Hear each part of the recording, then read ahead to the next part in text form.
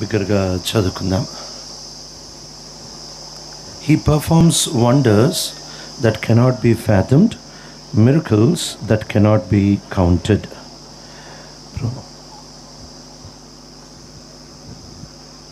ఈ మైక్ పనిచేస్తుంది.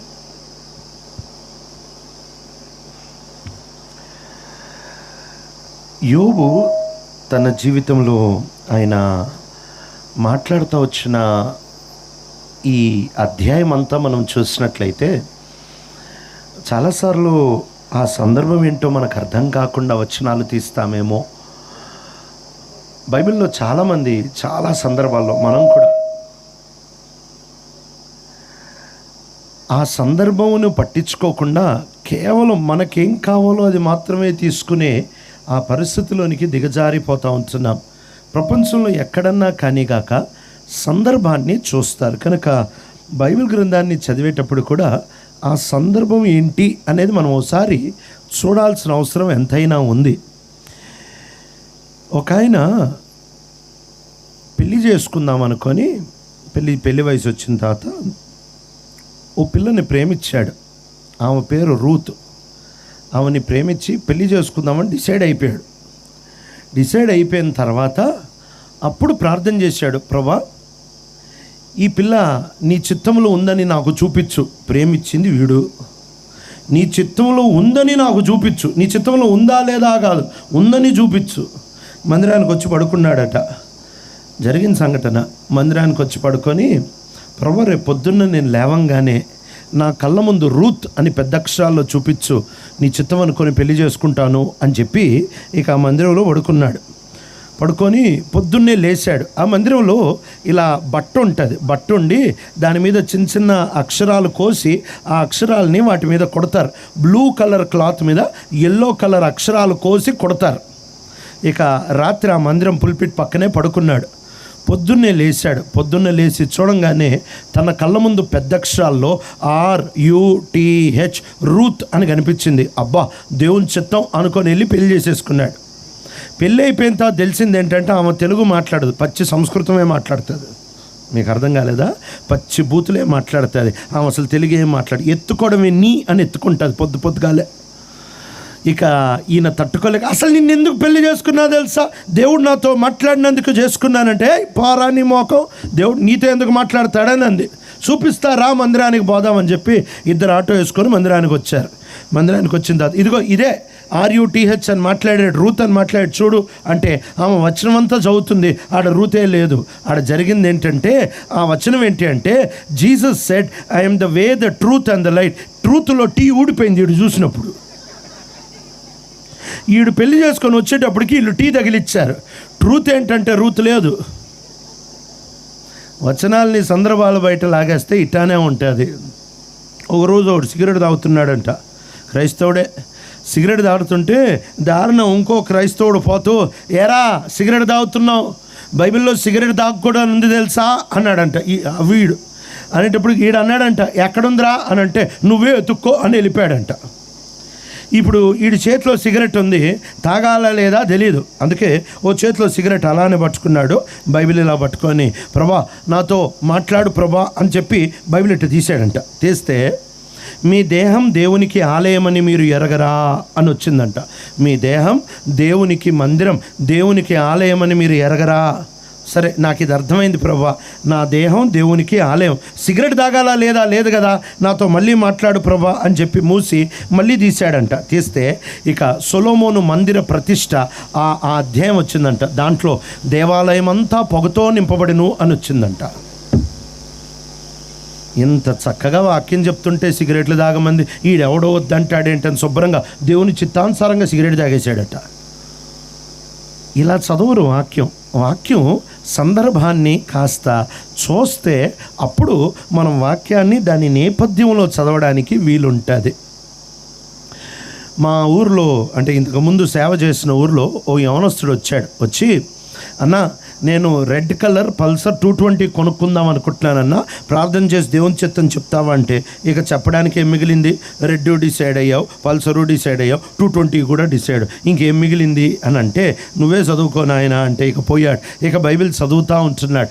వాస్తవంగా వాడు 2 అధ్యాయాలే చదువుతాడు. ఆ రోజు 5-6 అధ్యాయాలు చదివేశాడు. ఎందుకు అని అంటే, ఇంకా 5-6 అధ్యాయాలు చదివిన తర్వాత, అన్నా దేవుడు నాతో మాట్లాడన్నా అని వచ్చాడు.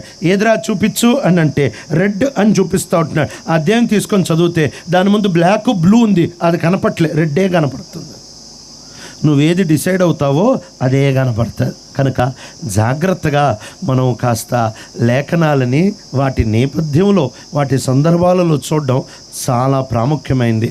సరే, యోబు గ్రంథం 9వ అధ్యాయము 10వ వచనానికి వచ్చినప్పుడు, ఇక్కడ యోబు ఆ అధ్యాయం అంతట్లో ఏం చెప్తున్నాడు అని అంటే, దేవునితో ఎవరూ పెట్టుకోలేరు, దేవుడు మాత్రమే సత్యవంతుడు, ఆయన ముందు ఎవరూ నిలబడలేరు, ఆయనే ప్రశ్నలు అడగడం మొదలు పెడితే 1000 ప్రశ్నలు అడిగితే ఒక్కదానికి కూడా జవాబు చెప్పలేము. ఇలాంటి ఎగ్జామ్ పేపర్ ఈ ప్రపంచంలో ఏది ఉండదు. 1000 ప్రశ్నలు అడిగితే కనీసం 10 జవాబులు వస్తాయి కదా మనకి. ఎంత ముద్దోడైనా గుడ్డిగా రాయేసిన గూట్లో 2-3 అన్న పడతాయి కదా. కానీ నేను చెప్పే మాట ఏంటో తెలుసా? వద్దామా 9వ అధ్యాయానికి. యోబు గ్రంథం 9వ అధ్యాయము మొదటి 2 వచనాలు చదువుతారా మైక్లో? అప్పుడు యోబు ఈలాగును ప్రత్యుత్తరం ఇచ్చెను, వాస్తవమే, ఆ సంగతి అంతే అని నేను ఎరుగుదును. నరుడు దేవుని దృష్టికి ఎట్లు నిర్దోషియగును? వాడు ఆయనతో వ్యాజ్యమాడ గోరిని ఎడల 1000 ప్రశ్నలలో ఒక్కదానికైనను వాడు ఆయనకు ఉత్తరం ఇయ్యలేడు. చాలండి. ఆయన అనుకునేదే వాస్తవము. ఎంత బాగా చెప్తున్నాడు. ఆయన అనుకునేదే వాస్తవము. ఆయన ఏదైతే ఆలోచిస్తాడో, ఆయన ఏదైతే నిర్ణయిస్తాడో అది మాత్రమే వాస్తవము. ఇక మనుషులందరూ అబద్ధికులే, మనుషులందరూ అనుకునేది తప్పు, ఆయన ఒక్కడే అనుకునేది కరెక్ట్. ఇది జీవితానికంత ఎంత అర్థాన్ని ఇస్తుంది కదా. ఈ ప్రపంచంలో ఆయన మాత్రమే అనుకునేది కరెక్ట్, ఇంకా మిగిలిన వాళ్ళు అనుకునేది అంతా తప్పే. ఎందుకు అని అంటే 3 కారణాలు చెప్తా. మొట్టమొదటిది, మనిషికి ఒకవైపే తెలుస్తుంది. మా ఊర్లో చాలా పంచాయతీలు చేస్తుంటాం మేము. కుటుంబ పంచాయతీలు చేస్తాము, ఆ తర్వాత ఆస్తి తగాదాలు చేస్తాం. ఓ అబ్బా, పంచాయతీలే నా సగం జీవితం మా ఊర్లో. ఇక ఈ పంచాయతీ అంటే గుర్తొచ్చింది, భలే మంచి పంచాయతీ ఒకటి చెప్తా. మా ఊర్లో జరిగింది. మందిరానికి రైట్ సైడు ఒక విశ్వాసుల కుటుంబం, మందిరానికి ఎడం వైపు ఒక విశ్వాసుల కుటుంబం. వీళ్ళిద్దరికీ పడదు, అందుకే మధ్యలో మందిరం కట్టారు. ఇక మందిరం పరిస్థితి ఆలోచించండి. ఈడికి పడదు, ఈడు సావుకారు. ఈ లెఫ్ట్ వైపుడికి ఓ పెద్ద టేకు చెట్టు ఉంది. టేకే అంటారా మీ దగ్గర? ఆ టేకు చెట్టు ఒకటి ఉంది, పెద్ద చెట్టు, పాత చెట్టు. భయంకరమైన గాలి తుఫాన్ వచ్చి ఆ టేకు చెట్టు అది వేరుతో పాటు అట్ట పడిపోయి అవతలోడి పొలంలో పడింది. ఇప్పుడు తగువ ఏంటి తెలుసా? ఈడంటాడు టేకు చెట్టు నాదంటాడు, ఆడంటాడు నా దగ్గర పడింది అది నాదంటాడు. ఈ తగువ భక్సింగ్ గారి దగ్గరకు వచ్చింది. ఏంటి టేకు చెట్టు కూడా భక్సింగ్ గారి దగ్గరకు వచ్చింది. వస్తే ఆయన ఓ సంఘ పెద్దని పంపించాడు, అగస్టిన్ గారు, మహామేధావి. ఆయనని పంపించారు, టేకు చెట్టు సమస్య తీర్చిరా అని. ఆయన బస్సు వేసుకొని బేదరు వచ్చాడు ఈ టేకు చెట్టు సమస్య తీర్చడానికి. వచ్చి ఇద్దరిని కూర్చోబెట్టాడు మందిరంలో. కూర్చోబెట్టి, ఏందయ్యా మీ బాధ అంటే, సార్ కొన్ని సంవత్సరాల నుంచి మా తాతలు పెంచారు సార్, ఇది మా టేకు చెట్టు అంటే. ఇదంటే ఎవడు పెంచాడో నాకు అనవసరం సార్, ఎవడు పెంచాడో మాకు అనవసరం, అది ఏడు నుంచో పడిందో నాకు తెలియదు, అది నా పొలంలో పడింది నాదే అని అంటే. ఎంత చెప్పినా ఇద్దరైనట్లే. అగస్టిన్ గారికి తిక్కలేసి ఏమన్నాడంటే, ఇది నీది కాదు 2 తెచ్చి మందిరానికి ఇచ్చేయండి అని. ఆ దాంతోనే మా మందిరం తలుపులు చేశారు. తగు దేరలే శుభ్రంగా. ఈ పంచాయతీల్లో ఏమవుతుందంటే, సహజంగా నాకు అలవాటు అయిపోయింది ఏంటంటే, ఫస్ట్ వాళ్ళు ఎవరైతే స్టోరీ చెప్తారు కదా బొల్లు చెప్తారు, అబ్బా వాళ్ళదే సత్యం అన్నట్టు ఉంటుంది. కానీ రెండోడిది వింటే అప్పుడు అసలు కథ అర్థమవుద్ది. కుటుంబ పంచాయతీల్లో ఫస్ట్ ఎవరైతే చెప్తారు కదా చాలా బాగా చెప్తారు, రెండోడిది వినాలి అసలు కథ. అది స్త్రీ కావచ్చు పురుషుడు కావచ్చు. మనకి మొత్తం తెలియదు, తెలియకనే ఏదేదో చెప్పేస్తూ ఉంటాం, కానీ దేవుడికి మొత్తం తెలుసు. అందుకే ఆయన మాటని, ఆయన చెప్పేది సత్యం, ఆ దాని మీద ఎంత బరువునయ్యొచ్చు. ఎందుకు అంటే ఆయనకి సమస్తం తెలిసి చెప్తాడు, సమస్తం ఎరిగి చెప్తాడు. నమ్మొచ్చు ఆయన మాటని, వేరే ఎవరి మాటను నమ్మకపోవచ్చు. ఎందుకంటే వాళ్ళు దాచిపెట్టి చెప్తారు, వాళ్ళు నీకు నచ్చేటట్టు చెప్తారు, వాళ్ళు నీకు ఏమి కావాలో అదే చెప్తారు, వారికి అనుకూలంగా చెప్తారు. కానీ ప్రభు మాత్రమే సత్యం చెప్తాడు, ప్రభు మాత్రమే వాస్తవం చెబుతాడు. అందుకే ఆయన దగ్గర అడిగి తెలుసుకోవడం చాలా చాలా మంచిది. అంతేకాదు, రెండోది, భవిష్యత్తు దేవుడు ఒక్కడికి తెలుసు, ఇంకెవడికి తెలియదు. నాకు సేవకుడు తెలుసు, ఆయన పేరు మోసెస్. ఆయన పాపం డబ్బులు కూడబెట్టుకొని ఒక పెద్ద ఆయన దగ్గర చీటీ కట్టాడు. ఆ పెద్ద ఆయన కొన్ని నెలలు, కొన్ని సంవత్సరాల తర్వాత ఫోన్ చేసి, మోసెస్, ₹1,00,000 అయిపోయి వచ్చి తీసుకెళ్ళు అని అన్నాడు. అంటే అప్పుడు ఈ పాస్టర్ మోసెస్ ఏమన్నారంటే, అంకుల్ నేను పాపని స్కూల్లో దించి వస్తాను అంకుల్, వచ్చి తీసుకెళ్తాను అని అన్నాడు. సరే నాయనా దించేసిరా అని అన్నాడు. అరగంట అయింది ఆ పాపని దించేసి, ఇక వచ్చేటప్పుడు ఒక మాట ఫోన్ చేద్దామని ఫోన్ చేశాడు ఈ అంకుల్కి. ఆంటీ ఫోన్ ఎత్తి, ఆంటీ నేను ఇంటికి వస్తున్నానంటే ఆమె బోరుని ఏడ్చింది. ఏంటి అని అంటే, మీ అంకుల్ చచ్చిపోయాడు నాయనా అంది. ఈయన గుండె ఆగిపోయింది. అంకుల్ చచ్చిపోయాడా? ఇందాకే మాట్లాడో కానీ చచ్చిపోయాడు. ఇంకేం అడుగుతారు? 1,00,000. సరే ఆగనివ్వండి, సమాధి అయిపోయేవారు, కృతజ్ఞత కూడికి అయిపోయేవారు. కానీ ఓ నెల ఆగాడు.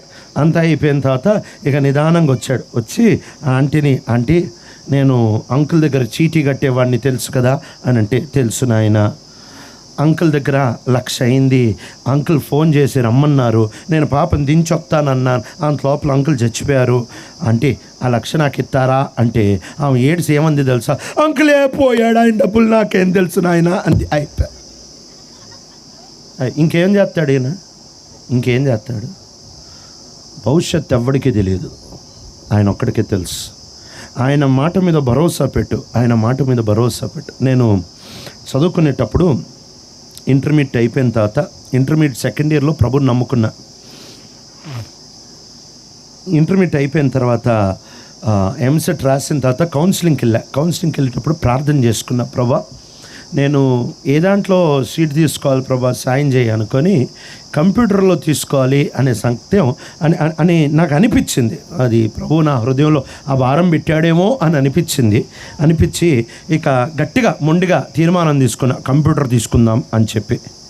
ఇక కాలేజ్ అంటే హైదరాబాద్కి దగ్గరలో ఉంటే మందిరానికి వెళ్ళొచ్చు కదా అని చెప్పి, ఇంకా కంప్యూటర్ సైన్స్లో హైదరాబాద్కి దగ్గరలో సీట్ తీసేసుకున్నాను. అయిపోయింది. నేను కాలేజీలో జాయిన్ అయిపోయిన తర్వాత సాఫ్ట్వేర్ మొత్తం పడిపోయింది, భయంకరంగా పడిపోయింది. అసలు ఉద్యోగాలు కదా, క్యాంపస్ సెలక్షన్లు కాదు కదా, ఏమీ లేవు. నేను చదువుకుంది ఒక బ్రాహ్మణ కాలేజీలో. మా హెచ్ఓడి గారు, ఆయన పేరు వీరేశలింగం పంతులు, ఆయన బ్రాహ్మణుడు. ఆయన తన రూమ్కి పిలిచి ఏమన్నాడంటే, బాబు మన మొత్తం క్లాస్లో కోర్సు మార్చుకునే అలవాటు, స్లైడింగ్ ఆప్షన్ నీకు మాత్రమే ఉంది. కంప్యూటర్ సైన్స్లో భవిష్యత్తు లేదు, నీకు ఉద్యోగాలు దొరకవు, క్యాంపస్ సెలక్షన్లు రావు. కంప్యూటర్ సైన్స్ మానేసుకొని ఎలక్ట్రికల్ ఇంజనీరింగ్కో షిఫ్ట్ అయిపో, నీకొక్కడికే ఆ ఛాన్స్ ఉంది అని అన్నాడు. అంటే నేను ఆయన వంక చూసన్నాను, వద్దులే సార్ నేను కంప్యూటరే చదువుతాను. నీకు చెప్తే అర్థం కాదా?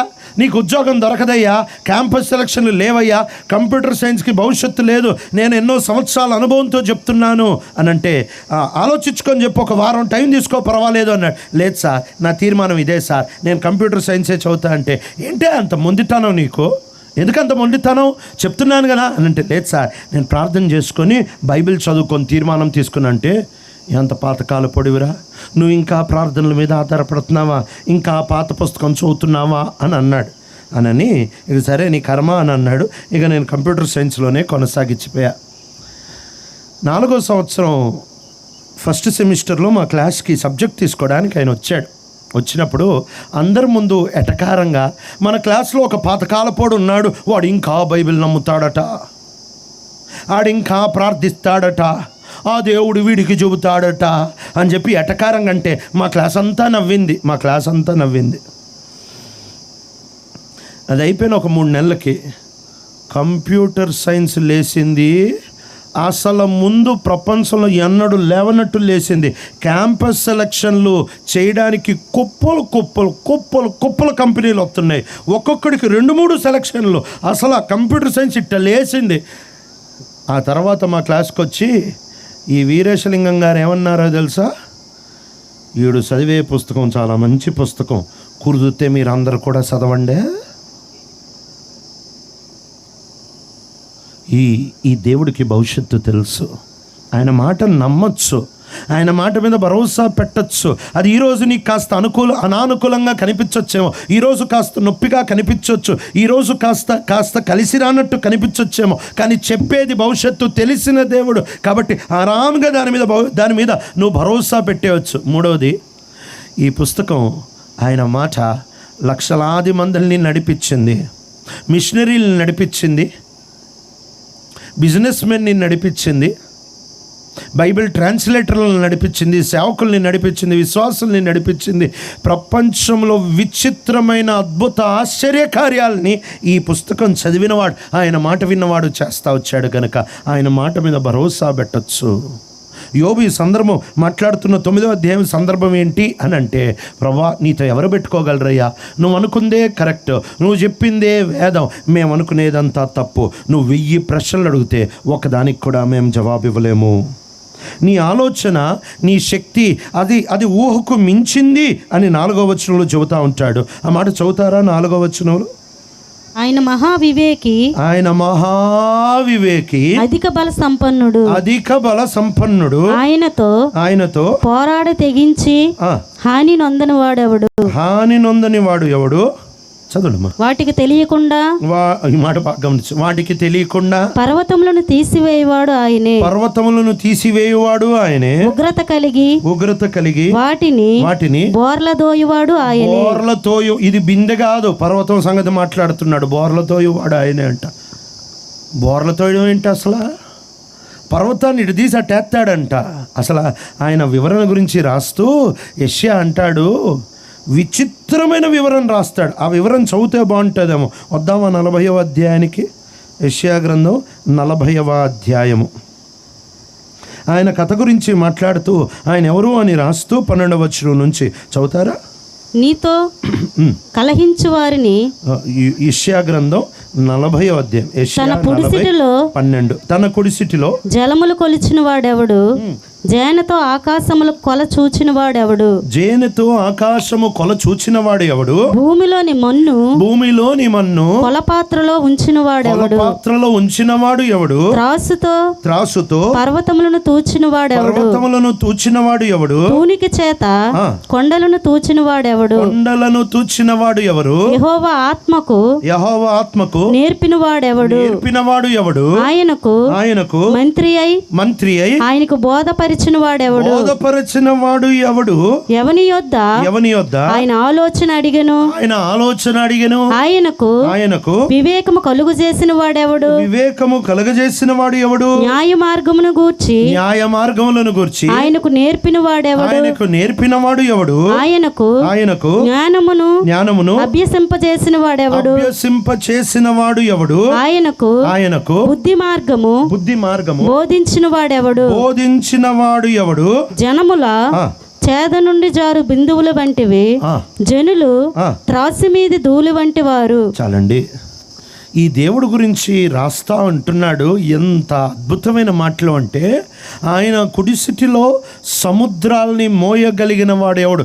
నేను ఇక్కడికి వచ్చేటప్పుడు విశాఖపట్నం మీద నుంచి అటు వచ్చేటప్పుడు అసలు ఆ సముద్రం చూస్తూ ఉంటే, మనం ఒకవేళ సముద్ర తీరాన్ని ఉంటే అలలు చాలా దూరం ఉన్నట్టు కనిపిస్తూ ఉంటున్నాయి, కానీ పైనుంచి చూస్తే అలలు ఇంతే కనిపిస్తూ ఉంటున్నాయి.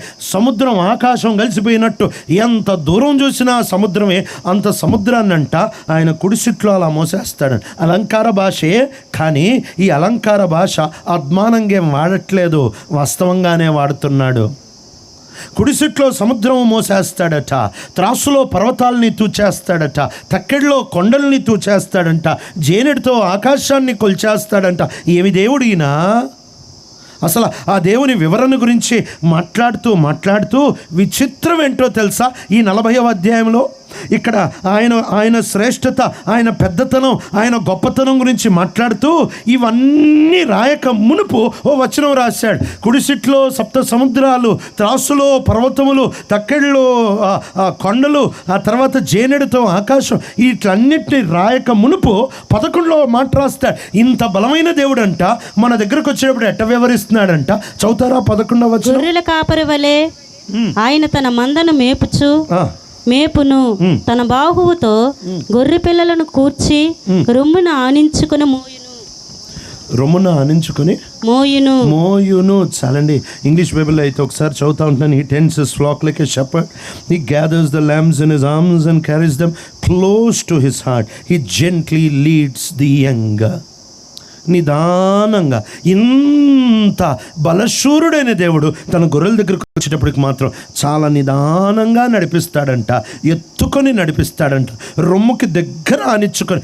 ఏమి వివరణ ఇచ్చాడండి యెషయా. ఈ దేవుడు గురించి రాస్తూ యోబు అంటున్నాడు, ఆయనతో ఏడబెట్టుకుంటాం మనం. ఆయన మహాన్యాయవంతుడు, ఆయన మహామేధావి, ఆయన శక్తికి ఆయన కార్యాలకి అంతే లేదు, ఆయనతో ఏడబెట్టుకుంటాము అని అంటూ ఆ సందర్భంలో ఆయన కలిగించే వినాశనాల గురించి మాట్లాడుతూ పర్వతాలని బోర్ల తిప్పేస్తాడు ఆయన.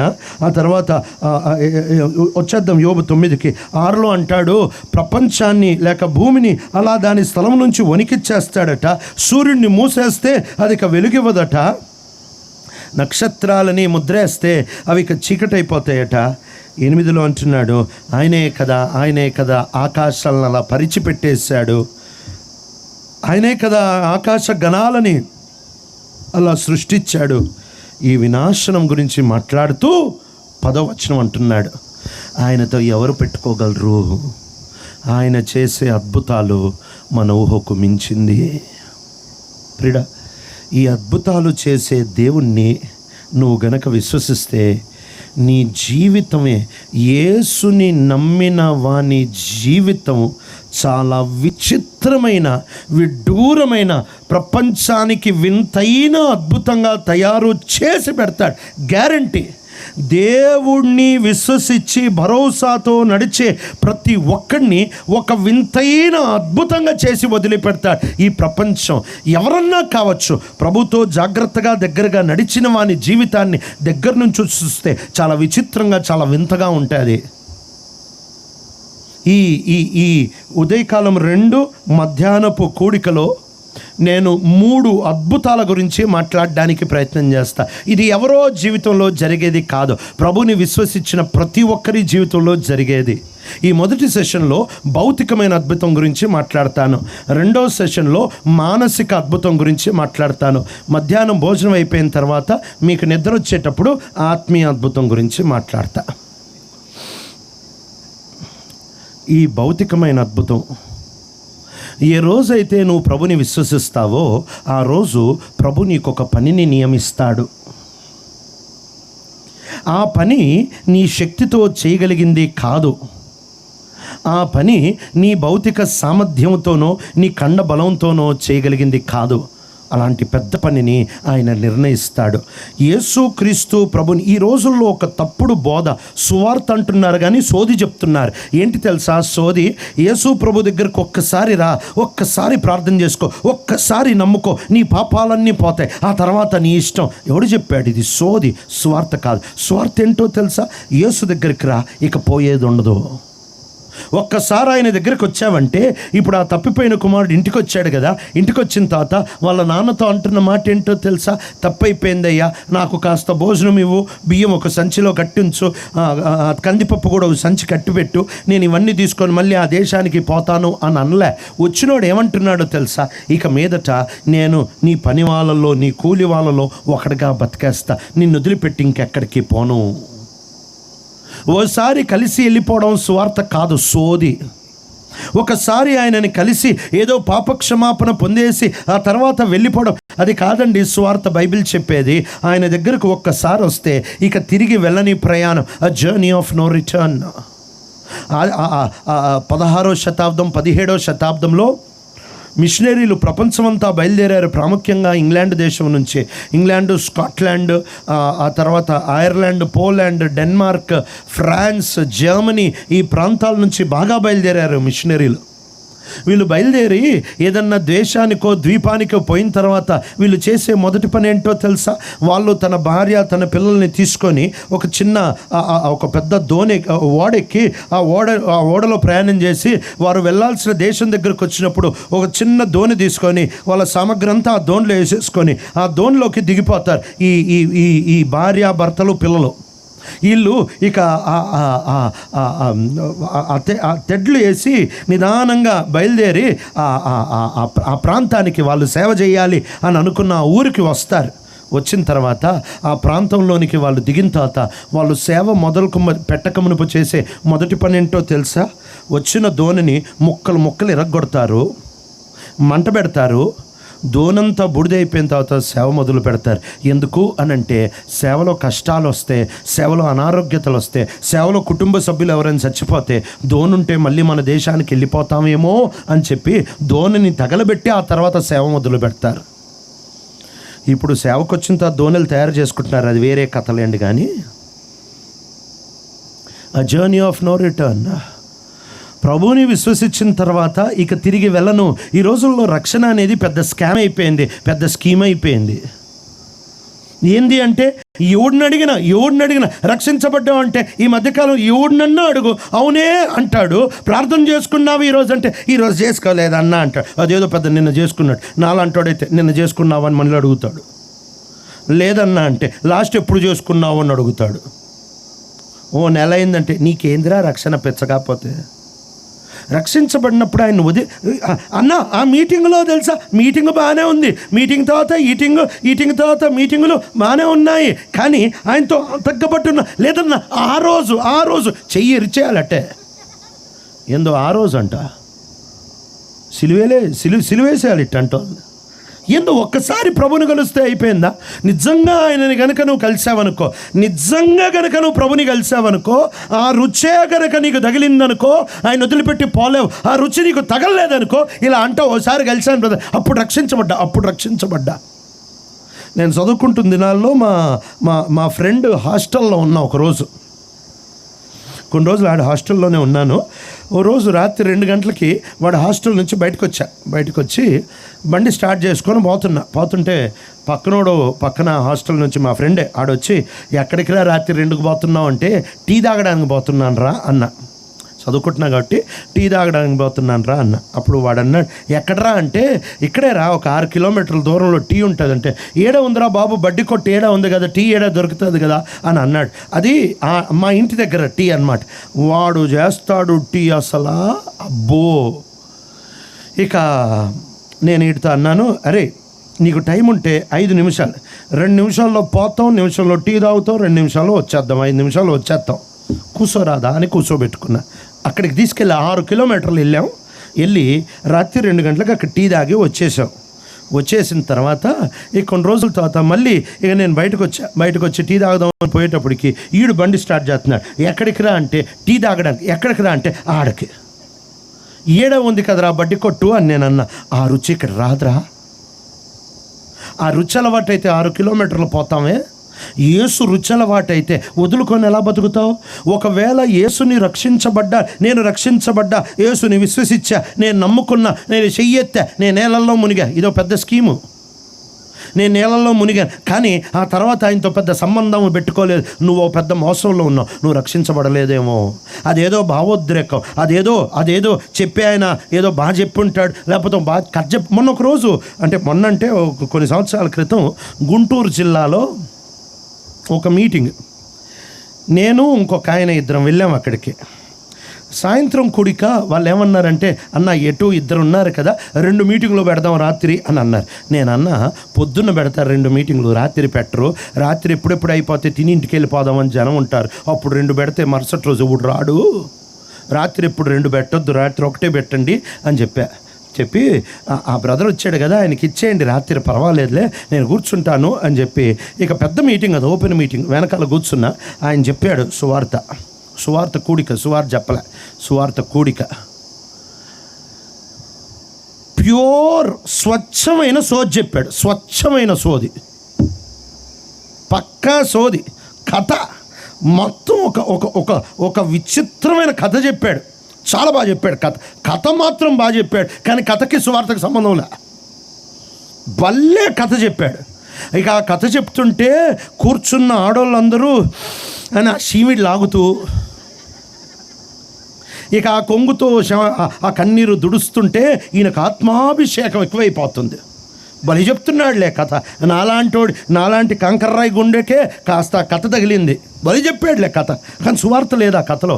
ఏదో కథ, యేసు లేడు, శ్రమలు లేవు, ఏమి లేవు, అంత కథే. అయిపోయింది. అయిపోయిన తర్వాత ఇక అందరూ ఏడుతున్నారు. మగవాళ్ళు కండవాతో దుడుచుకుంటున్నారు, ఆడవాళ్ళు కొంగుతో దుడుస్తున్నారు. ఇక కొంచెం స్థలం ఉంటే తీసేస్తున్నారు కూడా. ఇక ఆ తర్వాత ఏమన్నాడంటే, ప్రభు నిన్ను దర్శిస్తూ ఉంటే లేచి నిలబడు అన్నాడు. నేను వెనకాల కూర్చొని ఉన్నా. వాళ్ళు లేచి నిలబడ్డారు. నా పక్కనోడు కూడా లేచి నిలబడ్డాడు. పెద్ద ఆయన కన్నవదిస్తాడు, ఓ తెగ తుడిచేసుకుంటున్నాడు. ఇక ప్రార్థన అయిపోయింది. అయిపోయిన తర్వాత ఈ నిలబడ్డ వాళ్ళందరూ రక్షించబడ్డారని అనుకుంటున్నారు. ఆ పక్క ఆయన పెద్ద ఆయన కూర్చున్నాడు. కూర్చున్న తర్వాత ఆయన అడిగా, సార్ మీరు ఎందుకు నిలబడ్డారు సార్, మీరు ఎందుకు నిలబడ్డారు సార్ అని అడిగా. ఆయన ఇచ్చిన జవాబు ఏంటి తెలుసు? ఏమో నాకు కూడా తెలీదు. మెంట్లోడువా నువ్వు? నీకు కూడా తెలీదా నువ్వు ఎందుకు నిలబడ్డావు? ఇలా రక్షించబడి మునిగేస్తున్నారండి. ఆడెందుకు నిలబడ్డాడు ఆయనకు కూడా తెలియదంట. భావోద్రేకం, ఏదో ఉబలాటం. ఇలా రక్షించబడినోడికి యేసు ప్రభు మధురంగా కనపడ్డు, యేసు ప్రభు ప్రియంగా కనపడ్డు, యేసు ప్రభు రుచి పెద్దగా తగలదు. ఆడొస్తాడు, వెళ్ళిపోతాడు. అలాంటి వారి గురించి మాట్లాడట్లేదు. ఆయన చేసే అద్భుతాలు ఎవడైతే ఆయన నిజంగా ఎరుగుతాడో, ఎవరైతే ప్రభుతో నిజంగా నడుస్తారో వారి జీవితంలో వారు ప్రభుని ఎన్నడూ వదిలిపెట్టు. పేతురు అంటాడు ఈ మాట. ఆ మాట చదివితే బాగుంటుంది. పేతురు రాసిన 2వ పత్రిక,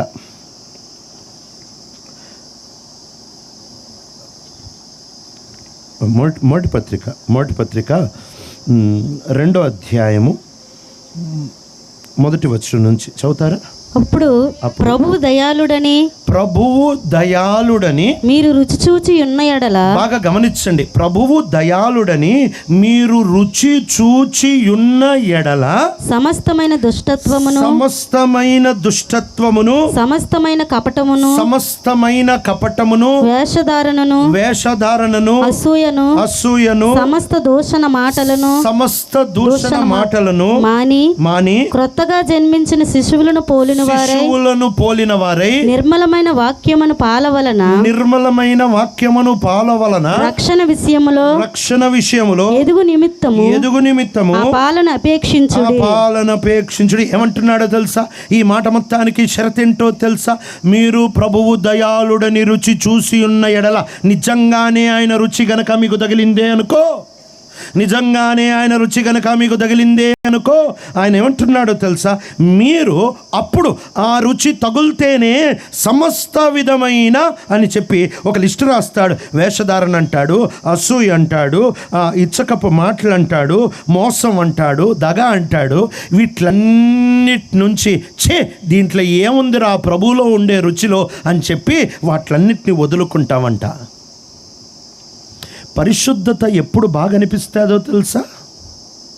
ఒక పాపి అయిన మనుష్యుడికి పరిశుద్ధత అంత చిరాకు పుట్టించేది, పరిశుద్ధత అంత విసుగు పుట్టించేది, పరిశుద్ధత అంత విరక్తి పుట్టించేది ఇంకోటి లేదు. కానీ ప్రభువు దయాళుడు అని రుచి చూస్తే, ప్రభువు మంచితనాన్ని రుచి చూస్తే, ఈ ప్రభువుని గనకను నిజంగా అనుభవిస్తే, ఈ ప్రభువుని గనకను నిజంగా రుచి చూస్తే నీకు పరిశుద్ధత తీయగా అనిపిస్తుంది. రక్షించబడిన వానికి మాత్రమే పరిశుద్ధత తీయగా అనిపిస్తుంది. రక్షించబడని పాపి లేక రక్షించబడ్డాను అని ఊరికే చెప్తున్నాడు, వీడికి పరిశుద్ధత ఎప్పుడూ తీయగా అనిపించదు. వీడికి ఇంకా పాపమే తీయగా అనిపిస్తుంది. రక్షించబడ్డావా లేదా అనే దానికి ఓ మంచి బండ గుర్తిది ఏంటి తెలుసా? వాడికి పాపము తీయగా అనిపిస్తుంది. వాడు రక్షించబడకపోతే వాడు మునిగుండొచ్చు, వాడి పేరు కూడా మార్చుండొచ్చు.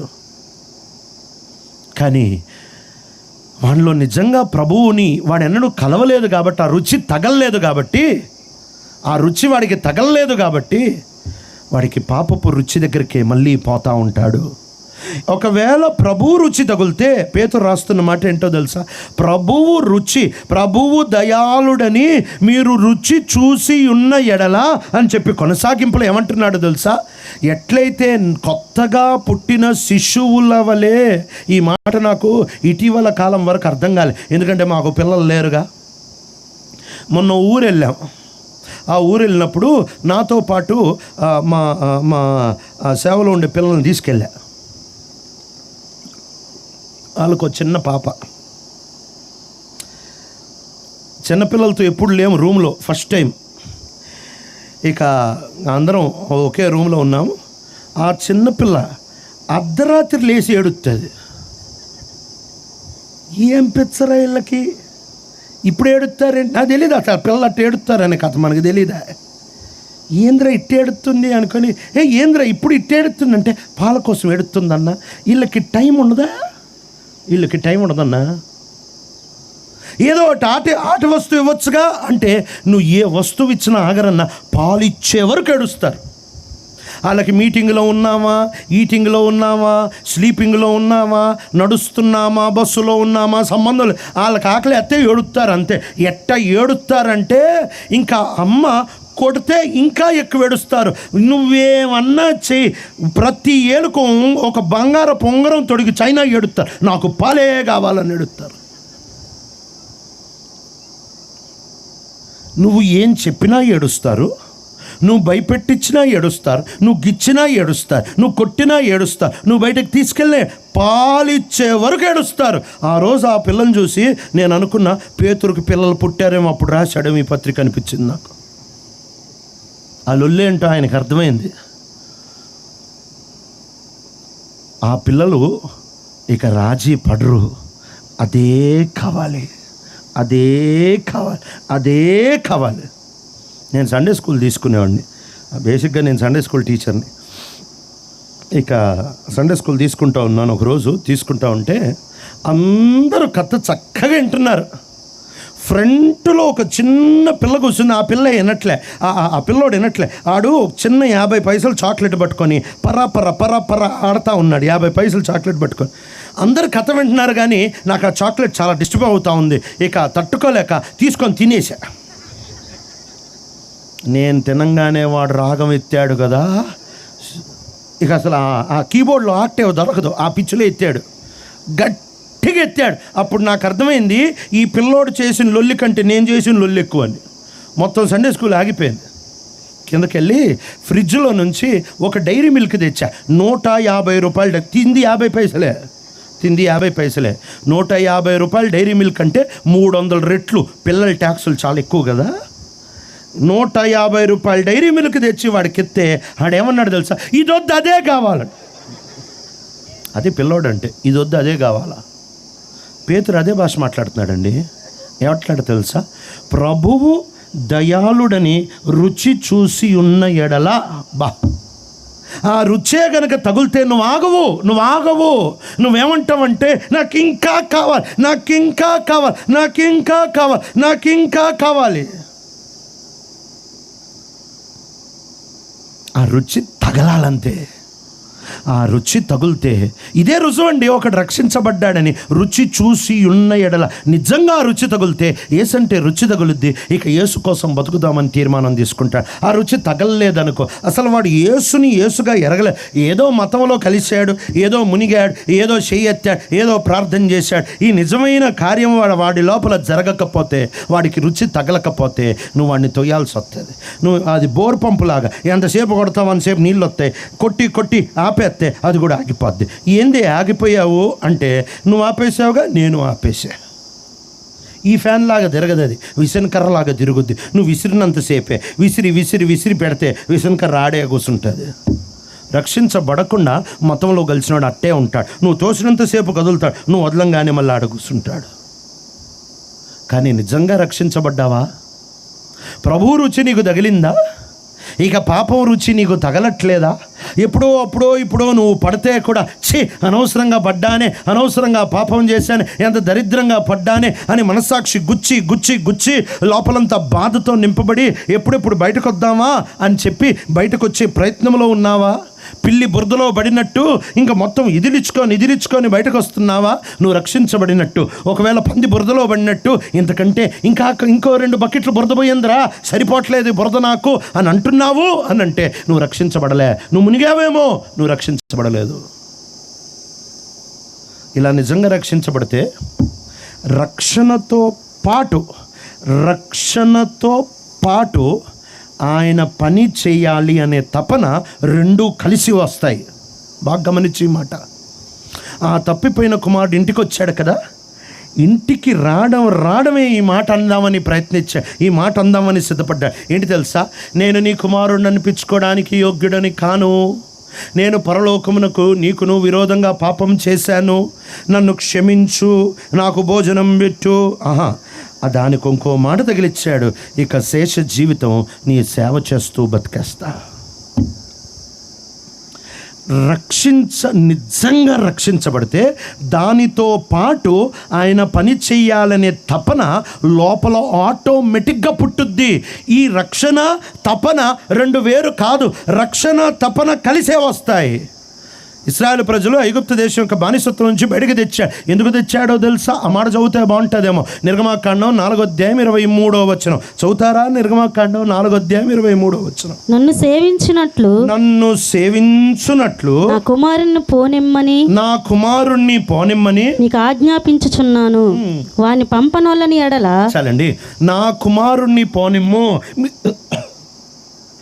ఇశ్రాయేలు ప్రజలకి దెబ్బలు ఎక్కువయ్యాయని, ఇశ్రాయేలు ప్రజలకి నొప్పి ఎక్కువైందని, చాకరీ ఎక్కువైపోయిందని, గొడ్డు పని లేక బట్టి పని ఎక్కువైపోయిందని ప్రభు విడిపించట్లే. ఎందుకు విడిపిస్తున్నాడు తెలుసా? నన్ను సేవించునట్లు నా కుమారుడిని పోనిమ్ము, నన్ను సేవించునట్లు నా కుమారుడిని పోనిమ్ము. ఈ సత్యం ఎవరికి అర్థమైందో తెలుసా? ఫరోకి అర్థమైందండి. చదువుతారా? నిర్గమాకాండం 12:31. నిర్గమాకాండం 12:31 ఫరో అంటున్న మాట ఇది. ఆ రాత్రి వేళ ఫరో మోషే అహరోనులను పిలిపించి వారితో మీరును ఇశ్రాయేలీయులను లేచి నా ప్రజల మధ్య నుండి బయలువెళ్ళుడి. ఫరో అంటున్నాడండి ఈ మాట. చదవండి. మీరు చెప్పినట్లు పోయి యెహోవాను సేవించుడి. ఫరోకి అర్థమైంది, మీరు బయటకు ఎందుకు పోతున్నారంటే సేవ చేయడానికి పోతున్నారు. మీరు విడిపించబడిందే సేవ చేయడానికి, మీరు రక్షించబడిందే సేవ చేయడానికి. ఇక్కడ భూగోళ శాస్త్రం కొంచెం చెప్తా. ఐగుప్తు నుంచి కానానికి వెళ్ళడానికి సముద్రం దాటాలా అవసరం లేదా? ఆలోచించి చెప్పండి. పోనీ మీకు ఒక మంచి ఆలోచించడానికి ఒక అనుకూలమైన విషయం చెప్తా. యాకోబు తన పిల్లలు కానాన్లో ఉన్నారు, యోసేపు ఐగుప్తులో ఉన్నాడు. ఇప్పుడు కానాను నుంచి ఐగుప్తు రావడానికి సముద్రం దాటాలా? అక్కర్లేదు. ఎలా చెప్పారు అక్కర్లేదని? కరెక్టే చెప్పారు, కానీ గూట్లో రాయేసారా? 2 ఉంటాయి. అక్కర్లేదు, ఫస్ట్ ఇది వేద్దాం, అది కాకపోతే ఇది వేద్దాం. ఎందుకు అక్కర్లేదు? బాగా చెప్పారు అక్క. ఎందుకు? యోసేపు పిల్లలు చెప్పరే. యోసేపు పిల్లలు క్షమించండి, యాకోబు పిల్లలు యోసేపు దగ్గరకు వచ్చారు. ఎట్టొచ్చారు? దేని మీద వచ్చారు? ఒంట్ల మీద. బాబాయ్, గాడిదల మీద వచ్చారా? గాడిదల మీద వచ్చారు. సముద్రం అయితే గాడిదలు పనిచేయదుగా, కాబట్టి వీళ్ళు గాడిదల మీద వచ్చారు. ఇప్పుడు కానాను నుంచి ఐగుప్తుకు రావడానికి సముద్రం అడ్డు లేదు. ఐగుప్తు నుంచి కానానికి పోవడానికి సముద్రం అడ్డు వస్తుందా? రాదు. ఇప్పుడు రాజాము నుంచి గలావల్లి రావడానికి సముద్రం అడ్డు లేదు. గలావల్లి నుంచి రాజాం పోయేటప్పుడు సముద్రం అడ్డు వస్తుందా? రాదు. సముద్రమే లేదు అడ్డు. మళ్ళీ ఎర్ర సముద్రం ఎందుకు దాటారు? వీళ్ళు బయటకు వచ్చారు కదా, ఎర్ర సముద్రం దాటాల్సిన అవసరం ఏముంది? అసలు ఎందుకు దాటారు వీళ్ళు ఎర్ర సముద్రం అని అంటే, వీళ్ళు వెళ్ళేది కానానికి కాదు. కానానికే పోయేదైతే అసలు ఎర్ర సముద్రం అడ్డే రాదు. వీళ్ళు వెళ్ళేది సీనాయి పర్వతం దగ్గరికి. ఎందుకు అని అంటే ప్రభుని సేవించడానికి వెళ్తున్నారు. వాళ్ళు కానానికి తర్వాత వెళ్ళారు. వారు ఐగుప్తులో నుంచి బయటకు వచ్చింది కానానికి వెళ్ళడానికి కాదు, సీనాయి పర్వతానికి వెళ్ళడానికి. సీనాయికి వెళ్ళడానికి ఎర్ర సముద్రం అడ్డు వస్తుంది. ప్రభుని సేవించడానికి వెళ్ళారు. ఇది పాత నిబంధన మాత్రమే కాదు, కొత్త నిబంధనలో కూడా రక్షణ అని అంటే 3 విషయాలు కలిసి వస్తాయి. రక్షణ అంటే ఉట్టి పాపక్షమాపణ కాదు, ఉట్టి ప్రభు నిన్ను కొనడం కాదు, దాంతో పాటే 3 విషయాలు కలిసి వచ్చేస్తాయి. ఏమేమి కలిసి వస్తాయంట చదువుదామా? ప్రకటన గ్రంథం 5వ అధ్యాయం. నిన్న చదివినట్టున్నామేమో. ప్రకటన గ్రంథం 5వ అధ్యాయం 9-10 వచనాలు చదువుతారా? ఆ పెద్దలు నీవు ఆ గ్రంథమును తీసుకొని దాని ముద్రలను విప్పుటకు యోగ్యుడవు, నీవు వధింపబడిన వాడివై నీ రక్తమిచ్చి ప్రతి వంశములోను ఆయా భాషలు మాట్లాడు వారిలోను ప్రతి ప్రజలోను ప్రతి జనములోను దేవుని కొరకు మనుషులను కొని మా దేవునికి వారిని ఒక రాజ్యముగాను యాజకులుగాను చేసితివి. చాలండి, ఎంతమందిని కొన్నాడో అంతమందిని రాజ్యంగా చేశాడు. ఆ కొన్న వాళ్ళలో కొంతమంది రాజ్యం కాదు, ఎంతమందిని కొన్నాడో అంతమంది రాజ్యమయ్యారు. ఎంతమంది రాజ్యమయ్యారు అంతమంది యాజకులయ్యారు. దీనిలో మినహాయింపులు ఏమి లేవు. ఎంతమందిని కొన్నాడో అంతమంది రాజ్యమయ్యారు, ఎంతమంది రాజ్యమయ్యారు అంతమందిని ఆయన యాజకులుగా చేశాడు. ప్రభు నిన్ను రక్షించాడు అనంటే నీ రక్షణతో పాటు నీకో పని కూడా తగిలిచ్చాడు. రక్షించబడ్డాను కానీ నాకు పని లేదు, అసంభవము, అసాధ్యము, వాక్యానికి విరోధమైనది. ఇది వాక్యము చెప్పే సత్యం కాదు. వాక్యము చెప్పేది ఏంటంటే రక్షించబడిన ప్రతి ఒక్కడికి పని. వాడికి చదువు లేదేమో, వాడు మొరటేడేమో, వాడు ఊరోడేమో, వాడు చూడ్డానికి వికారంగా ఉంటాడేమో, వాడికి ఏమీ లేదేమో, వాడికి వేదికలు లేవేమో, వాడి దగ్గర డబ్బులు లేవేమో, వాడికి ఏమీ రాదేమో, కానీ రక్షించబడ్డాడంటే ఓ పని మాత్రం ఉంటుంది, గ్యారంటీగా ఉంటుంది. దీనికి ఒక మంచి ఉదాహరణ ఎవరో తెలుసా? గెరాసీన్ల దేశంలో దెయ్యం పట్టినోడు. యేసు ప్రభు వచ్చాడు, వీడిని బాగు చేశాడు. బాగు చేసిన తర్వాత ఏమంటున్నాడు తెలుసా?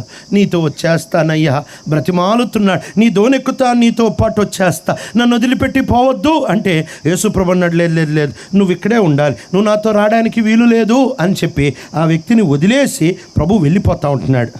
ఆ వ్యక్తిని వదిలేసి ప్రభు ఎప్పుడైతే వెళ్ళిపోతూ ఉంటున్నాడో వెళ్తూ ఒక మాట అన్నాడు. చదువుదామా? మార్కు సువార్త 5వ అధ్యాయం. మార్కు సువార్త 5వ అధ్యాయము 10వ వచనం చదువుతారా? తమ్మును ఆ దేశములో నుండి తోలివేయవద్దని ఆయనను 18వ వచనం చదువుతున్నారు. ఆయన ధోని ఎక్కినప్పుడు దయ్యములు పట్టినవాడు ఆయన యొద్ద తనను ఉండనిమ్మని ఆయనను బతిమాలుకొనెను గాని ఆయన వానికి సెలవీయక నీవు నీ ఇంటి వారి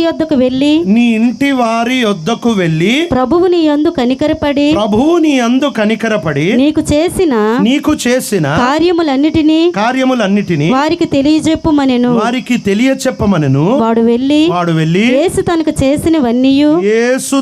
చేసినవన్నీయు దెకపోలిలో ప్రకటింపనారంభింపగా. చాలండి, డెకపోలిలో ప్రకటింపనారంభింపగా.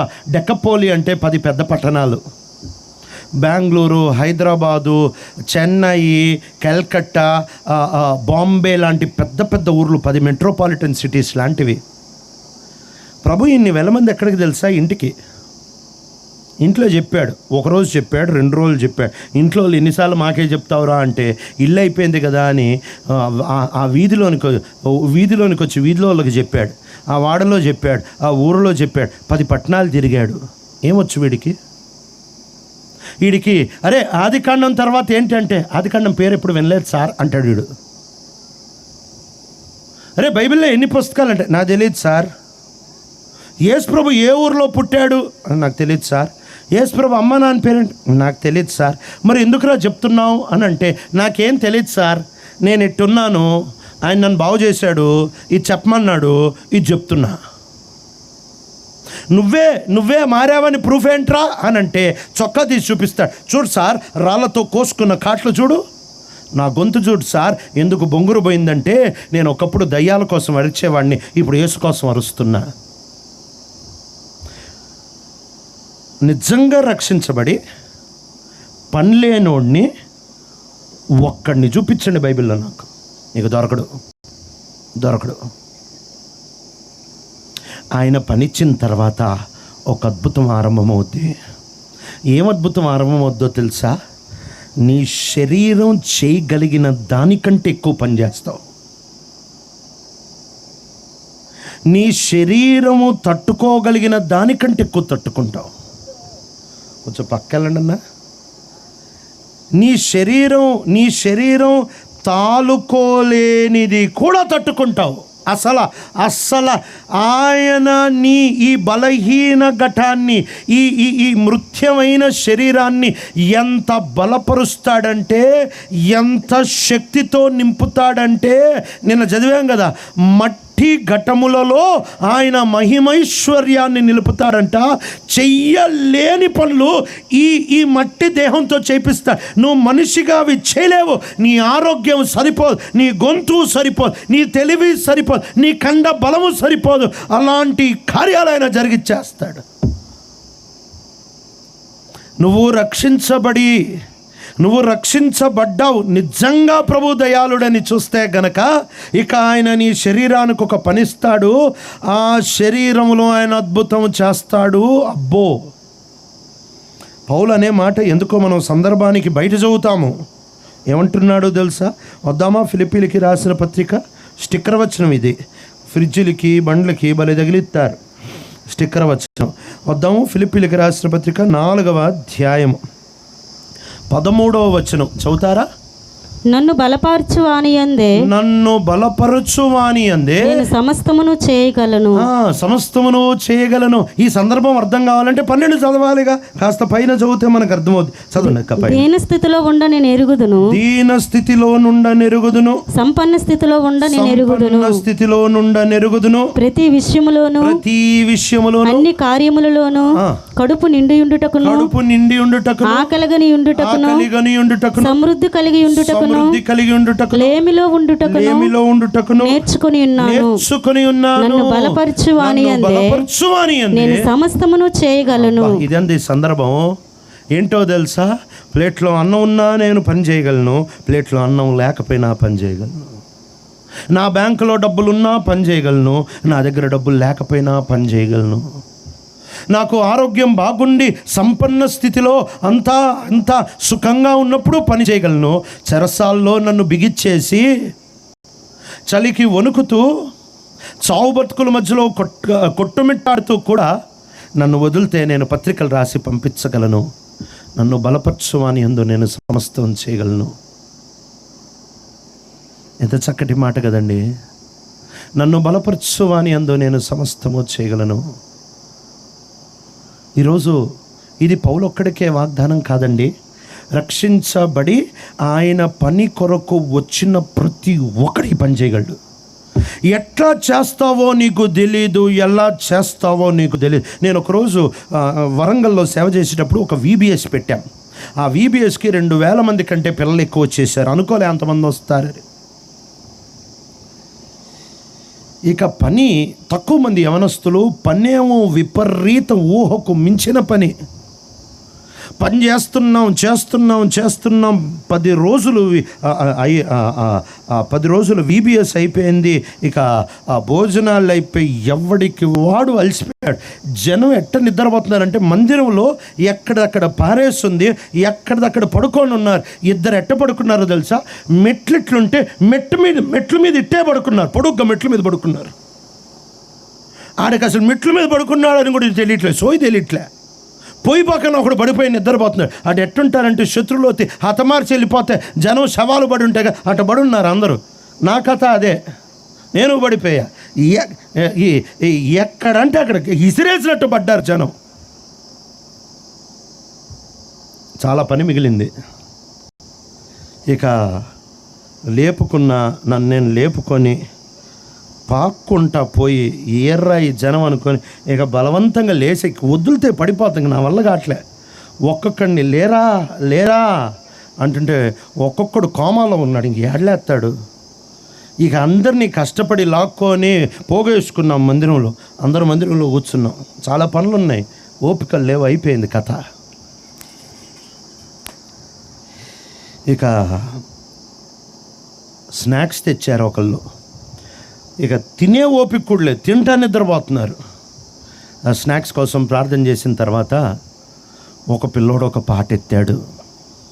ఏం పాట ఎత్తాడంటే, తరముల నీ ప్రేమ నాకై వర్ణింపను అశక్యము, నిరంతరము సేవించినను తీర్చలేను నీ రుణము, కృతజ్ఞతను తల వంచి నాదు జీవము నర్పింతును.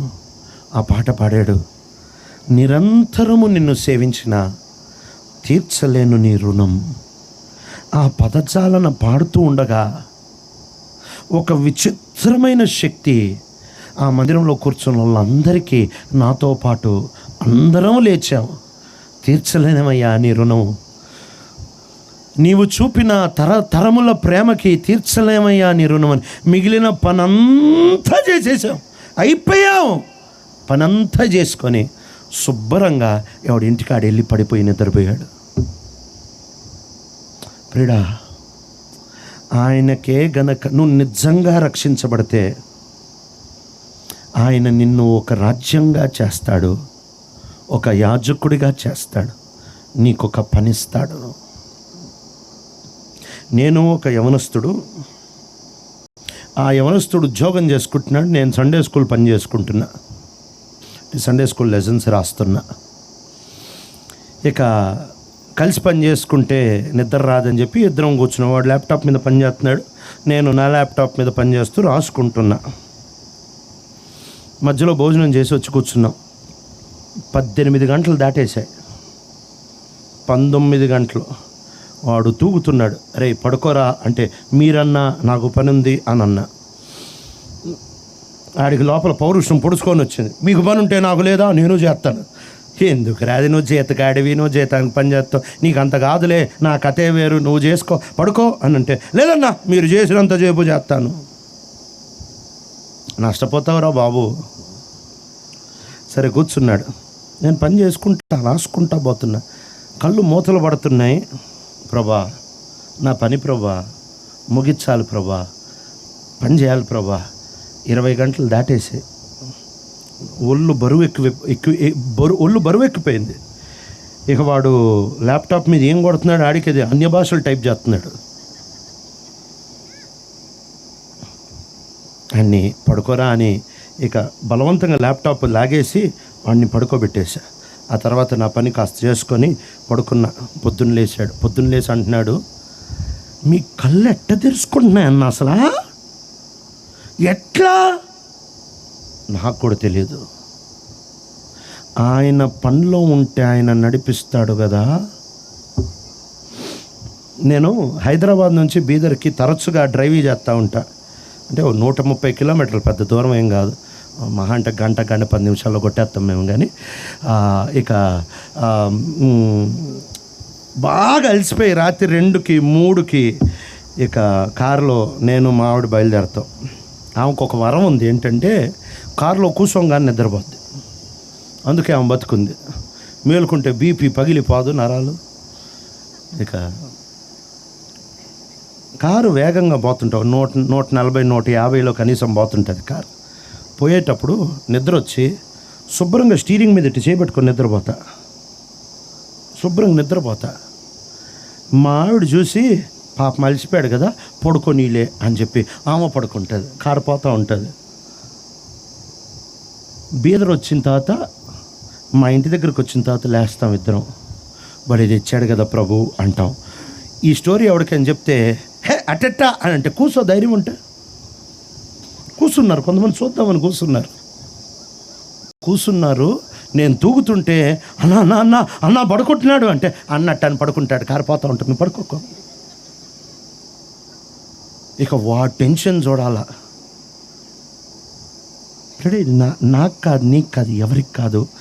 రక్షించబడినోడు ఆయన పనిలో ఉంటే నీ శరీరంలో ఆయన సామర్థ్యం ఇస్తాడు. నీ ఆరోగ్యం ఇచ్చే సామర్థ్యం కాదది, నీ టాబ్లెట్లు ఇచ్చే సామర్థ్యం కాదది, నీ సహజమైన వ్యాయామం ఇచ్చే సామర్థ్యం కాదది. ఆ సామర్థ్యమే వేరు. ఆయన పని అయిపోయే వరకు బండి నడుస్తుంది. ఆయన పని అయిపోయిన తర్వాత బండి ఆగిపోద్ది. యేసు ప్రభువుని సులువు మీద వేశారు. ఎప్పటి వరకు బ్రతికున్నాడో తెలుసా? బాగా గమనించాలి, ఈ మాట బాగా గమనించాలి. ఆ ముందు రోజు రాత్రి, అంటే సిలువ కంటే ముందు రాత్రి గెత్సెమని వనంలో బీపీ హై అయిపోయి, బాగా ఓవర్ అయిపోయి, మరణ వేదనల గుండా వెళ్తూ చెమట రక్త బిందువులుగా కారి సొమ్మసిల్లిపోయాడంట. సొమ్మసిల్లిపోయాడు, ఎగ్జాస్టెడ్, అసలు ఓపికే లేదు. అలా రాత్రి మొదలుపెట్టి ఆ రాత్రిరంతా అన్నా ఇండ్లు, తర్వాత 6 తీర్పులు, యేసు ప్రభుకు 6 తీర్పులు. ఆ రాత్రి నుంచి చచ్చిపోయే వరకు ఆయనకు నిద్ర లేదు. అప్పటికే శిష్యుల బలం ఏంటో తెలుసా? తిన్న వెంటనే ముగ్గురిని ప్రార్థనలో మెలుకోమంటే నిద్రలో కాంపిటీషన్ పెట్టుకొని మరి నిద్రపోయారు ముగ్గురు. యేసుప్రభు పేతుర్ని భలే అడిగాడు. అది అసలు ఎంత విచిత్రంగా ఉంటుందంటే, పేతురు అంతకుముందు ఏమన్నాడు? నీ కోసం చెరసాల కొత్త చచ్చిపోతా నీ కోసం అని అంటే, పేతుర్ని ఏమడిగాడు? 1 గంట కూడా మేలుకోలేవా? ఏందో చచ్చిపోతా అన్నావే. ఇది మనిషి శక్తి. పడుకొని నిద్రపోతున్నారు ముగ్గురు, లేపితే మళ్ళీ నిద్రపోతున్నారు. అదే వాళ్ళ కథ. యేసు ప్రభు వాళ్ళలాగే అలసిపోయాడు కదా, వాళ్ళకంటే ఎక్కువ అలసిపోయాడు కదా. వాళ్ళు మీటింగ్కి వచ్చేవాళ్ళు, యేసు ప్రభు చెప్పేవాడు, యేసు ప్రభు పనులు చేసేవాడు, అద్భుతాలు చేసేవాడు, అన్నీ చేసేవాడు. ఆ రాత్రి ప్రార్థన చేశాడు. ఎంత అలసిపోయాడు. అయిపోయిన తర్వాత అన్నా ఇంట్లో ఒక తీర్పు, కైఫా ఇంట్లో ఒక తీర్పు, పిలాతు దగ్గర ఒక తీర్పు, హేరోదు దగ్గర ఒక తీర్పు, మళ్ళీ పిలాతు దగ్గర ఒక తీర్పు, బరబ్బా పక్కన ఒక తీర్పు. 6 తీర్పులు. రాత్రి అంతా తిప్పుతున్నారు, కొడుతున్నారు, తిడుతున్నారు, తల మీద ముళ్ళ కిరీటం పెడుతున్నారు, ఆడుకుంటున్నారు. ఆలోచించండి, ఆ రాత్రి ఆరంభంలోనే చెమట రక్తబిందువులుగా నేలపడ్డాయి. అంత అలిసిపోయిన వ్యక్తిని రాత్రిరంతా తిప్పారు, రాత్రిరంతా కొట్టారు, రాత్రిరంతా నిలబెట్టారు, రాత్రిరంతా తిండి పెట్టలే, రాత్రిరంతా. అసలు ఆ మనిషి ఎంత అలసటకే చచ్చిపోవాలి కదా. కొరడా దెబ్బలు కొడితే మంచి వాళ్ళే చచ్చిపోతారు, కానీ నేను చచ్చిపోలే. ఎప్పటి వరకు చచ్చిపోలేదో తెలుసా? యోహాను సువార్త 19వ అధ్యాయం 28 నుంచి చదువుతారా? అప్పుడు ఆ నేపథ్యం కాస్త అర్థమవుద్ది, అంటే దాని చరిత్ర ఏంటో మనకు అర్థమవుతుంది. 28 నుంచి చదవండి. అటు తరువాత సమస్తమును అప్పటికి సమాప్తమైనదని యేసు ఎరిగి, లేఖనము నెరవేరునట్లు నేను దప్పిగొనుచున్నానెను. చాలండి. లేఖనము నెరవేరునట్లు అంటే ఎన్ని లేఖనాలైతే పాత నిబంధన 39 పుస్తకాలలో ప్రవచనాత్మకంగా యేసు ప్రభువారి జననం గురించి, యేసు ప్రభువారి జీవితం గురించి రాశారో, ఎన్ని లేఖనాలు ఉన్నాయో అన్ని లేఖనాలని యేసు ప్రభు నెరవేర్చాడు. ఒకటే మిగిలింది. అదేంటది అని అంటే, దప్పిగొనుచున్నాను అనే ప్రవచనాత్మకమైన ఆ లేఖనం ఒకటే మిగిలింది. ఆ ఒక్క లేఖనాన్ని కూడా ఆయన ఇక నెరవేర్చేస్తా వచ్చాడు. అయిపోయింది. లేఖనం నెరవేర్చడానికి ఈ మాట అనేసాడు. అయిపోయిన తర్వాత ఇప్పుడు 30వ వచనం చదువుతారా? యేసు ఆ చిరక పుచ్చుకొని సమాప్తమైనదని చెప్పి చాలండి, ఒక నిమిషం ఆగుదాం ఇక్కడ. సమాప్తమైనదని చెప్పి ఏమి సమాప్తమైంది? 28లో మనం చదివాం కదా ఆ మాట. ఏమి సమాప్తమైంది? లేఖనాల నెరవేర్చడం సమాప్తమైపోయింది. నా గురించి ఎన్ని ప్రవచనాలైతే ఉన్నాయో ఆ ప్రవచనాలన్నీ నెరవేర్చడం సమాప్తమైపోయింది. ఒకటే మిగిలింది, అది దప్పికొనుచున్నాను. అది కూడా 28వ వచనంలో నేను ముగిచ్చేశాను. ఇక లేఖనాల్లో నేను నెరవేర్చేది ఏమీ మిగలలేదు. ఎన్ని ప్రవచనాలైతే యెషయా రాశాడో, మీకా రాశాడో, జఫన్యా రాశాడో, జకర్యా రాశాడో, ఇంకా నిర్గమాకాండంలో ఉన్నాయో, ముంగుర్తులుగా ఆదికాండంలో ఉన్నాయి, ఎన్నెన్ని లేఖనాలు నా పక్షంగా ఉన్నాయి. అన్ని లేఖనాలు ముగించడం అయిపోయింది. సమాప్తమైంది అంటే ఏమంటున్నాడో తెలుసా? లేఖనాలు నా పక్షంగా ఎన్నున్నాయి, ఎంత పనైతే బైబిల్ నాకు ఇచ్చిందో, ఎంత పనైతే దేవుడు నాకు నెరవేర్చమని పంపించాడు, ఎంత పనైతే ప్రవచనాలు నాకు ఇచ్చా, ఆ పనులన్నీ అయిపోయాయి. సమాప్తమైంది అని చెప్పి తల వంచి ఆత్మను అప్పగించెను. అప్పటి వరకు చచ్చిపోలే. ఆ రాత్రి గెత్సెమనెలో నేను చచ్చిపోవాల్సినోడు, అన్న ఇంట్లోనే, కైఫా ఇంట్లోనే, అన్న ఇంట్లోనే ఆ ఉద్రిక్తతకి చచ్చిపోవాల్సిన ఆయన చచ్చిపోలే. దొంగలిద్దరిని యేసుప్రభుని కొట్టినట్టు కొట్టలే, అంత ఘోరంగా కొట్టారు. దొంగలిద్దరికి రాత్రి అంతా నిద్రపోకుండా లేరు, వాళ్ళు నిద్రపోయారు. ఆ ఇద్దరు దొంగలు యేసుప్రభులాగా ముళ్ళ కిరీటం పెట్టబడిన వారు కాదు, అవమానపరచబడిన వారు కాదు. ఎట్లా దీనికి ఒక జవాబు ఇస్తాడు. హెబ్రీయులకి రాసిన పత్రిక 10వ అధ్యాయం, హెబ్రీయులకి రాసిన పత్రిక 10వ అధ్యాయం. ఇది యేసు ప్రభు గురించి చెప్పబడిన మాట. 5వ వచనం చదువుతారా? 5 నుంచి. కాబట్టి ఆయన ఈ లోకమందు ప్రవేశించినప్పుడు ఇలాగు చెప్పుచున్నాడు, బలియు అర్పణయు నీవు కోరలేదు గాని నాకు ఒక శరీరమును అమర్చితివి, పూర్ణ హోమములను పాప పరిహారార్థ బలులను నీకు ఇష్టమైనవి కావు. అప్పుడు నేను గ్రంథపు చుట్టలో నన్ను గురించి వ్రాయబడిన ప్రకారము దేవా నీ చిత్తము నెరవేర్చుటకు ఇదిగో నేను వచ్చి ఉన్నాను. ఎంత చక్కగా అంటున్నా, నీవు నాకు ఒక శరీరము సిద్ధపరిచావు. ఈ శరీరంలో ఉంటున్న సామర్థ్యం ఏంటో తెలుసా? గ్రంథములో నా గురించి ఏదైతే రాశారో అవన్నీ నేను నెరవేర్చడానికి వచ్చిన ఈ శరీరం బలహీనంగానే కనిపిస్తుందేమో, కానీ ఈ శరీరం ఆ పనంతా ముగిస్తుంది. దీనంత అద్భుతం ఇంకోటి ఉందా? ఈరోజు ప్రపంచం మాట్లాడుకునే అద్భుతాలు ఏంటో తెలుసా? కళ్ళు లేనోడికి కళ్ళు వచ్చాయి, కాళ్ళు లేనోడికి కాళ్ళు వచ్చాయి, క్యాన్సర్ లేనోళ్ళకి క్యాన్సర్ ఉన్నోళ్ళకి క్యాన్సర్ పోయింది, లివర్ పాడైపోయిన వాళ్ళకి లివర్ బాగైంది, అది ఉండే వాళ్ళకి ఇది పోయింది, అది ఉండే వాళ్ళకి ఇది వచ్చింది, అది పోయింది. రోగాలు పోయే అద్భుతాల గురించి మాట్లాడుతున్నారు. కానీ దానికంటే పెద్ద అద్భుతం ఏంటో చెప్పనా? నీ రోగాలన్నీ అట్లానే ఉంటాయి, కానీ పని జరుగుతుంది. నీ ఎముకలు లాగేస్తానే ఉంటాయి, కానీ బండి కదులుతానే ఉంటుంది. నీ గొంతు చినిగిపోతానే ఉంటుంది, కానీ మాటలు వస్తానే ఉంటాయి. నీ మోకాలు ఇరిగిపోతానే ఉంటాయి, కానీ ప్రార్థన కొనసాగుతూనే ఉంటుంది. దీన్ని మించిన అద్భుతం ఇంకోటి ఉందండి శరీరానికి. ఈ చిన్న శరీరం తాత్కాలికమైన శరీరం. నేను ఎప్పుడు అనుకుంటా, మా బీదర్ ప్రాంతంలో ఏ శవాన్నన్నా తీసుకెళ్ళేటప్పుడు ఒక పాటే పాడతారు. ఒక పాట పాడుతూ ఆ శవాన్ని తీసుకెళ్తారు. ఏం పాట పాడతారు అంటే ಕನ್ನಡ పాట. దేహವು ಹುಲಕ್ಕೆ ಆಹಾರವಾಗುತ್ತೆ అని పాడతారు. అంటే వాళ్ళు శవాన్ని మోసుకెళ్ళేటప్పుడు ఈ దేహము పురుగులకి ఆహారం అయిపోద్ది అని పాడతారు. వాళ్ళ మంచి పాట.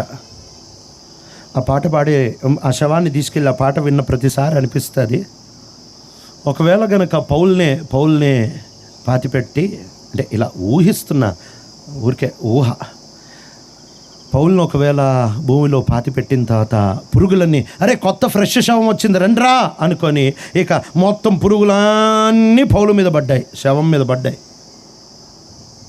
మోకాళ్ళ ఎముకల లోపల ఉంటుంది రసము, అబ్బో భలే బాగుంటుంది ఆ పురుగులకి. ఇక నేను మోకాళ్ళలోకి పోతాను అని చెప్పి అవి కష్టపడి మోకాళ్ళ కోసం అని పౌలు దేహంలో నుంచి మోకాళ్ళ లోపలికి వెళ్తాయి. లోపలికి వెళ్ళి అంటాయి, ఇక్కడ అసలు రసమే లేదే, మొత్తం ఎరిగిపోయాయి, ఈ కీళ్ళే లేవే అని ఈ పురుగులు అంటాయి, ఇక్కడేం లేవు సార్, ఇక్కడేం లేదు, అంత ఖాళీగా ఉంది. మెదడు తినడానికి పురుగులు అబ్బా ఆ ముక్కులో నుంచి ఆ చెవు లోపల నుంచి వెళ్ళిపోయి ఉంటాయి. లోపలికి వెళ్తే మెదడంతా క్షీణించిపోయి ఉంటుంది. ఏంది అంటే మెదడు ఏంటి ఇంత చిన్నగా ఉంది? అప్పుడు ఆ పురుగులు లీటర్ వచ్చి మాట అంటాడేమో, ఒరే మనం వచ్చింది పౌలు దేహం దగ్గరికి రా. మోకరిచ్చి మోకాళ్ళు అరిగిపోయాయి. సంఘముల గురించిన చింత ఆలోచించి మెదడులో సారం లేదు. ఇక కొట్టబడి చర్మంలో కొవ్వు లేదు. ఈ మనుషులు ఏమీ లేదురా, ఖాళీగా వచ్చాడు కదా, తినడానికి ఏముంది? వాళ్ళు ఆ పాట పాడినప్పుడల్లా నా మనసులో ఈ ప్రార్థన చేసుకుంటా, ప్రభా నన్ను పురుగులు తినడానికి వచ్చినప్పుడు తినడానికి ఏమి ఉండకూడదు ప్రభా, నీకోసం ఖాళీ అయిపోవాలి, ఖర్చు అయిపోవాలి, కాలిపోవాలి, కట్టబడాలి, నీ కొరకు కనుమరుగైపోవాలి. ఏమీ లేదు ప్రభా, ఈ దేహానికి ఇంతకంటే పెద్ద అద్భుతం చేయగలవా నువ్వు? బలహీనతలు అట్లానే ఉంటాయి, రోగాలు అట్లానే ఉంటాయి. నాతో ఒక ఆయన ఈ లాజిక్ చెప్పాడు. ఏం చెప్పాడంటే, అన్నా మీరు ఆరోగ్యకరంగా ఉంటే మీరు ఎక్కువ కాలం బతుకుతారు, ఎక్కువ కాలం చెయ్యొచ్చు. నా లాజిక్ ఆయనకి చెప్తే ఏం అర్థం వద్దని చెప్పి నేను అవునులే అన్నా అని చెప్పి ముఖం తిప్పుకున్నా. నా కథ నాకు తెలుసు. ప్రభు పని చేయిస్తే, ప్రభు పని చేయిస్తే ఎట్టుంటుంది తెలుసా? సచ్చినాక కూడా పని వద్ది. ఏబేలు చచ్చాడు, ఇంక నువ్వు మాట్లాడుచున్నాడు. పౌలు చచ్చిపోయాడు, ఇప్పుడు ఇంక నువ్వు మాట్లాడుచున్నాడు.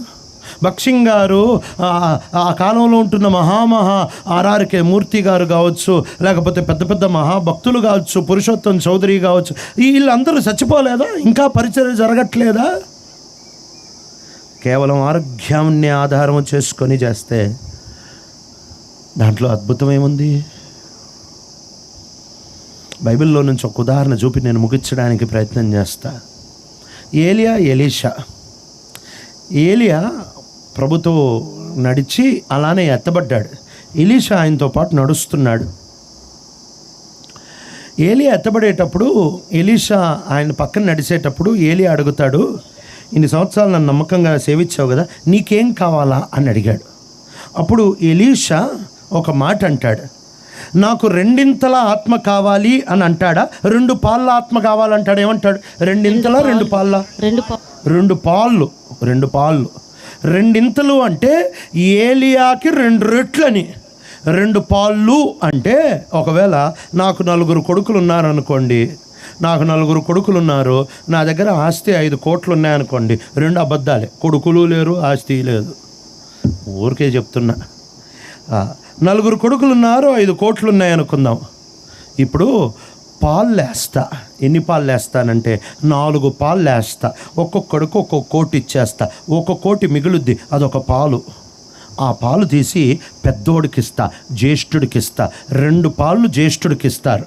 2 ఇంతలు కాదు, 2 పాళ్ళు. అందుకనే 2 ఇంతల ఆత్మ కాదు, 2 పాళ్ళ ఆత్మ. అంటే ఎలీషా ఏమడుగుతున్నాడు అని అంటే, నేనే నీ పెద్ద కొడుకు అన్నట్టు నీ పరిచర్య నాకు ఇవ్వవా అని అడుగుతున్నాడు. 2 పాళ్ళు అంటే అదే ఆయన అడిగేది. ఏలియా మహిమతో ఎత్తబడుతున్నాడు.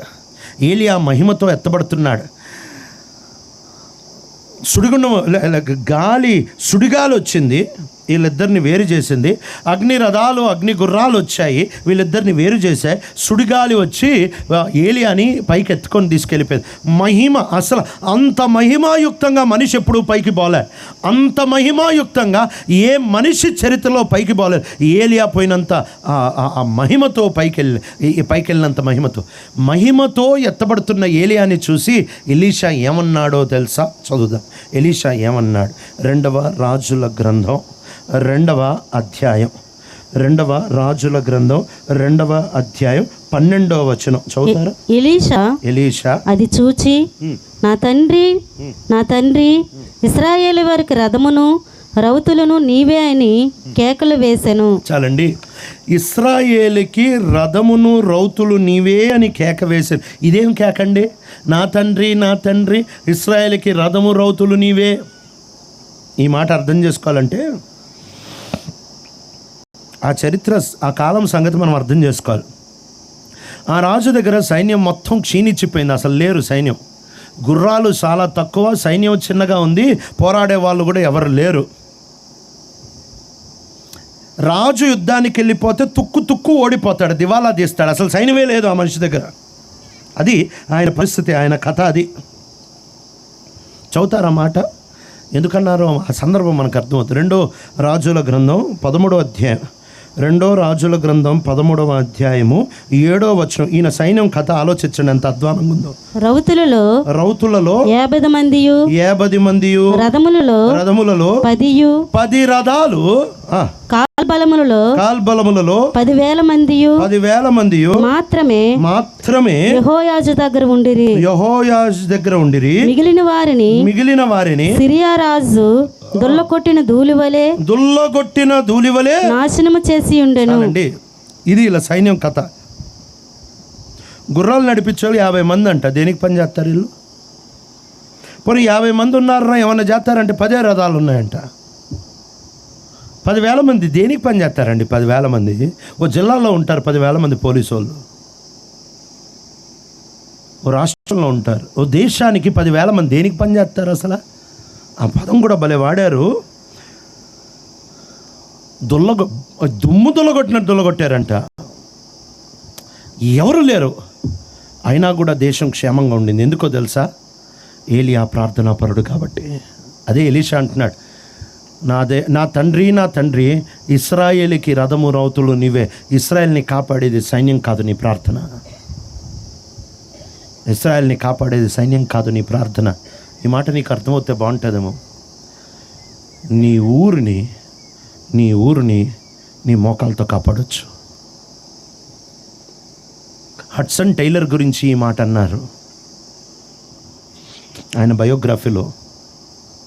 40 సంవత్సరాలు 40 years the sun did not rise over China without seeing Hudson Taylor on his knees. 40 సంవత్సరాలు హడ్సన్ టైలర్ని మోకాళ్ళ మీద చూడకుండా సూర్యుడు చైనా దేశం మీద ఉదయించలేదు. మొత్తం చైనాకి ఈ మనిషి మోకాళ్ళు సరిపోయాయి. ప్రేయింగ్ హైడ్, జాన్ హైడ్ భారతదేశానికి వచ్చాడు కదా. సాధు సుందర్ సింగ్ గారు, బక్సింగ్ గారు ఇలాంటి గొప్ప గొప్ప దైవ సేవకులు ప్రేయింగ్ హైడ్ యొక్క ప్రార్థన ఫలముగా పుట్టారు అని క్రైస్తవ చరిత్రకారులు చెబుతారు, నమ్ముతారు. మోకాళ్ళ మీద దేశాన్ని కాపాడాడట. అది ఏలియా కథ.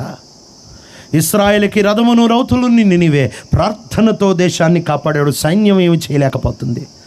ఇది మహిమతో ఎత్తబడే ఏలియా యొక్క సాక్ష్యం. మరి ఎలీషా రోగం వచ్చి సస్తున్నాడు. ఎట్లాంటి రోగం అంట?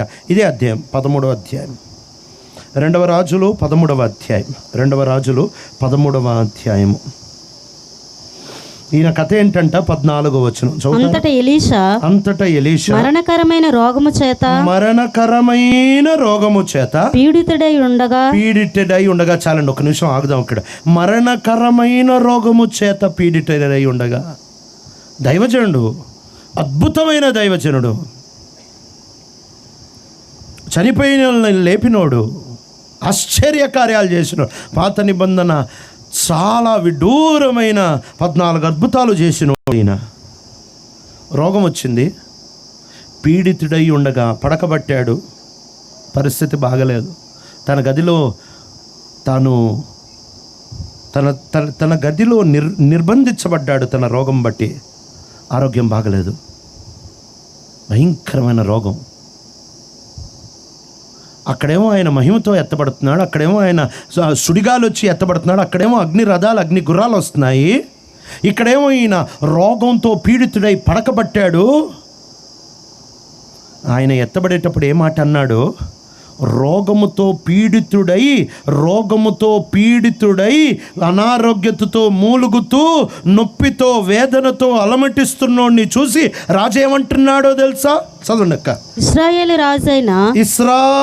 రాజైన యెహోయాషు అతని యొద్దకు వచ్చి అతన్ని చూచి, బాగా గమనించండి, అతనిని చూచి కన్నీరు విడిచుచు, నా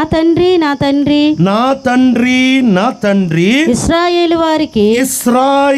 వారికి రథమును రౌతులను నీవే అని. గమనించండి, మహిమలో ఎత్తబడేవాడికి ఏ సాక్ష్యమో అనారోగ్యతలో సచ్చేవాడికి కూడా అదే సాక్ష్యం.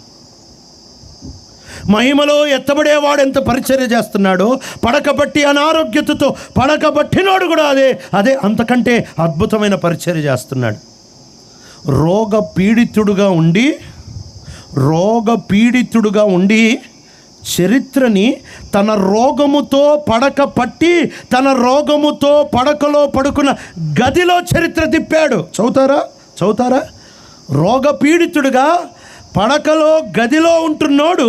అక్కడ గదిలో నుంచి కిటికీలో నుంచి చరిత్ర తిప్పి తెచ్చాడు. ఏమి మనిషి అండి.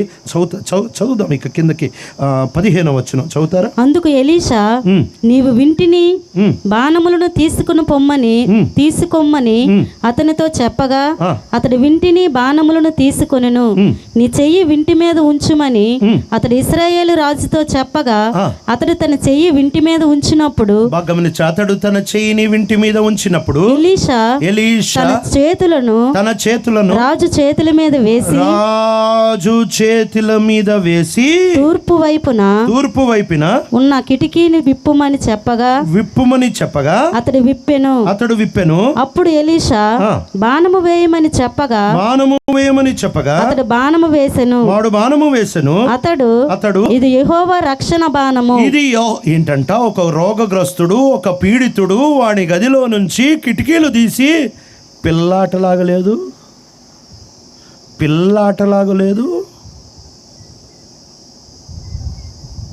ఇద్దరు ఒక గదిలోకి వెళ్ళి కిటికీలు తీసి రోగంతో ఉంటున్నాడు వీని చేతుల మీద చేయబెట్టి బాణం వేయరా అంటే వాడు బాణం వదిలితే ఇది యెహోవా రక్షణ బలం. ఇది పెద్ద డ్రామాలాగా లేదు, పిల్లాట్లాగా లేదు. చదవండి అక్క. యెహోవా రక్షణ బాణము, సిరియనుల చేతిలో నుండి మిమ్మును రక్షించు బాణము. సిరియనులు నాశనమగునట్లు నీవు అఫ్యకలో వారిని హతము చేయదువని చెప్పి బాణములను పట్టుకోమనగా అతడు పట్టుకొనెను. చాలండి, ఒకసారి ఆలోచించండి. నా ప్రశ్న ఏంటో తెలుసా? ఎలీషా కంటే రాజుకి ఆరోగ్యం చాలా బాగుంది. నా సవాల్ ఏంటో తెలుసా? రాజు దగ్గర సైన్యం ఉంది, రాజు దగ్గర కాస్తో కూస్తో పనోళ్ళు ఉన్నారు, డబ్బుంది, యవనం ఉంది.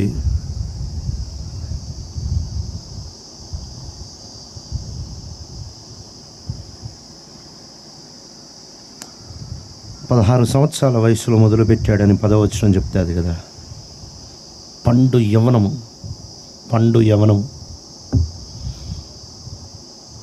ఆరోగ్యం బాగలేదు, పీడితుడు, పడకపట్టాడు.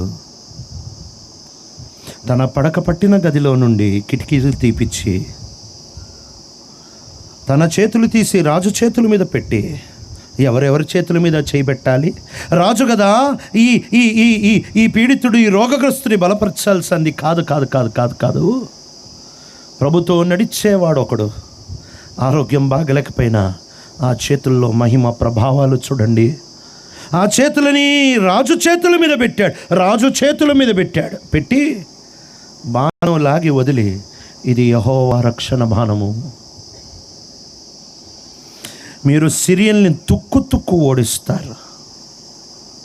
అందుకే అంటున్నాడు, ఇశ్రాయేలీలకి రథమును రౌతులను నీవే.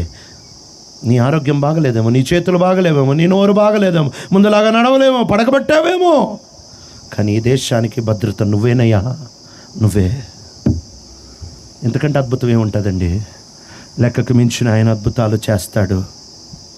ఈరోజు ఈ బలహీనమైన శరీరం ఉంది కదా, ఈ బలహీనమైన మట్టి ఘటం ఉంది కదా, ఆయన చేతిలో పెట్టు.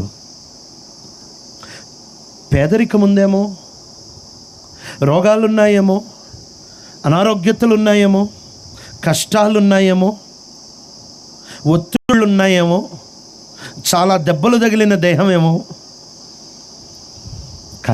కానీ ఆ రక్షించబడి యెహోవా ప్రభువు దయాళుడని రుచి చూచి ఆయన పనిలో ఈ దేహాన్ని గనక నువ్వు పెట్టావనుకో, సహజంగా ఉద్యోగములో ఆగిపోయే ఈ దేహం, పొలం పని చేస్తూ ఇక చేయలేనని ఆగిపోయే ఈ దేహం, ఉద్యోగం చేస్తూ విరమించుకొని పోయే ఈ దేహం, ఆయన పనిలో పెట్టావనుకో, దేహం ఆగినా మానవాతీతమైన శక్తితో పరిగెడుతుంది ఆ దేహం పరిగెడుతుంది, పరిగెట్టి పని జరిగిస్తూనే ఉంటుంది. ఏమి జీవితం కదండి. పౌలు కూడా ఇదే అంటున్నాడు. అన్నిసార్లు రాళ్ళతో కొట్టారు, అన్నిసార్లు కర్రలతో కొట్టారు, బెత్తాలతో కొట్టారు, అన్నిసార్లు సచ్చాడ్రా అని అనుకున్నారు. ప్రతి దినమెల్ల గొర్రెల వదకు తీసుకొని రాబడు గొర్రెల వలె ఉన్నాం. Every day we are like sheep being brought to slaughter. దినమంతా మరణాన్ని ఎదుర్కొంటున్నాం, కానీ చచ్చిపోలే. ఎప్పటి వరకు చచ్చిపోలేదో తెలుసా? ఎప్పటి వరకు చచ్చిపోలేదంటే, నా పరుగు తడముట్టించాను, నా విశ్వాసం కాపాడుకున్నాను, నా పోరాటం ముగించాను, అయిపోయే వరకు చచ్చిపోలే. ఈ దేహానికి దేవుడు చేసే అద్భుతమే అది.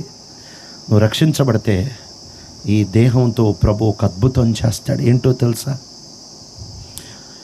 దీర్ఘాయుష్ ఇస్తాడో లేదో నాకు తెలీదు, ఆరోగ్యం ఇస్తాడో లేదో నాకు తెలీదు, అన్నీ కలిసి వస్తాయో లేదో నాకు తెలీదు, కానీ ఈ దేహం ఉన్న పరిస్థితిలోనే, ఉన్న వాస్తవ పరిస్థితిలోనే అనుకున్న లేఖనాలన్నీ యేసు నెరవేర్చినట్టు నీ పని నువ్వు నెరవేరుస్తావు.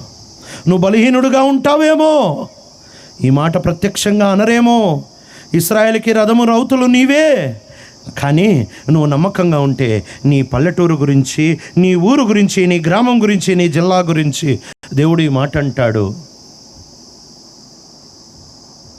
ఈ ప్రాంతానికి రథము రౌతులు నువ్వే, ఈ ప్రాంతాన్ని కాపాడింది నువ్వే.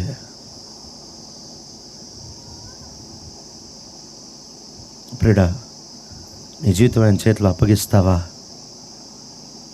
ఇంకెన్ని రోజులు కాలు నొప్పితి ప్రభా, నడుము నొప్పితి ప్రభా, ఆ నొప్పితి, ఈ నొప్పితి, ఆ నొప్పితి, ఈ నొప్పితి.